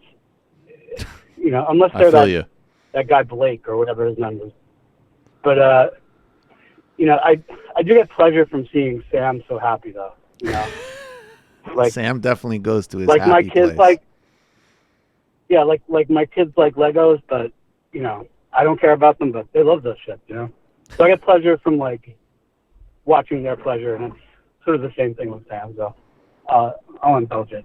But anyway, so I'm calling, and hear me out for a second. Sort of in defense of hacks and hackery. Sure. And you know, I'll preface this by saying that, you know, I voted for Ocasio-Cortez in the primary and in the general. Yep. And, you know, people get on her for not being, you know, the polished, you know, law background, all that kind of stuff. But she got the right instincts, you know. Yeah. 100%. And that's the kind of thing that we should be encouraged. Like we need, you know, not that it's a comparison, but we need our Louis Gohmerts, you know. You know, we need our people that'll just go out there and say shit, you know. I might not push it as far as Louis Gohmert, but I agree with look, not everybody needs to be a policy wonk or an intellectual. You need people who have good instincts and know how to brawl. Totally. Yeah. Yeah, and I wonder if maybe it's just sort of opening up people to the idea of like, so like, you know how when the GOP gets into power, they either put into place incompetence as a way of degrading whatever, you know, position or whatever department they're in charge of, or they'll put in somebody who's sort of like uniquely bad in the way that they're super competent in the way to sort of like deconstruct the thing. Mm-hmm. And do you think that liberals sort of have the stomach to do the same thing? Like I'm talking like Dennis Kucinich at CIA or like Raul Grijalva at ICE, you know? What's wrong with Raul Grijalva? You know, I don't think... I think I like the general principle of appoint a strong critic of something to head it. I don't think the current liberals have the stomach for that. No, I do not. Yeah, they won't do it, right? No. But how do we get around? Because like, you know, as much as I'm for, you know, abolishing ICE, like realistically, like once these things become created, you know, they're just sort of hard to. You know, and the way the GOP has handled it is like just put in a dope in there or put in like some, you know, evil wizard to just sort of blow the thing up. But like our liberals just too much like, oh, I'm going to do this the best I can because, you know, even though it's ICE, you know, it's got to run. I think there's a little you bit, know. I think there is too much of that with liberals. I think they need to be willing to be a little bit more pyrotechnic. But on the other hand, it's just a structural difference that, you know, the incentive structure for the left is to have government that actually works and delivers versus just blowing it up. So the Republicans have double advantage. But I'll think more about that. I like some of those. I would be totally down with putting Grijalva in charge of ICE. I love that. Thanks for the call, brother. All right. 2 more IMs and then we're out of here. A penny for your thoughts. Read Cory Booker's proposals. We have a project providing savings investments for babies in New Mexico, and there's great research showing a small amount of savings can help pull a family out of poverty. It's very hopeful that an establishment candidate is introducing it in a policy idea. I agree. It's a great idea. That's why Booker hasn't been getting the smoke that Beto has been. Precisely. I mean, also Beto's more popular. But so. he shouldn't. But right. no, but that's the thing. Beto has not. I mean, I like Beto, but the reality, like, it's so delusional that the pattern is clear. The pattern is clear, and Beto has not even done the moves that the other centrists like Gillibrand and Booker and Harris have made to get on the right side of issues like Medicare for all. They're at least playing our game. Beto's not. That's why we're not going to play with him. Yeah, exactly. Skull and Bones responding to yesterday's clip of the unsilent majority. I figured out what a minority is. Okay. That wasn't that funny. All right, let's see. I got to pick. I'm sorry I can't get to all of them. Let me pick the final IM of the day. Who should it go to? All right. You know what? I don't usually go for these things, but Winnipeg Craig, sure. I never knew Nixon was on Tumblr. Curious what he would have thought of them banning sexual content. See you tomorrow, everybody. It might take all the strength I got to get to where I want, but I know somehow I'm gonna get there. I wasn't looking when I just got caught between the truth and the light bar.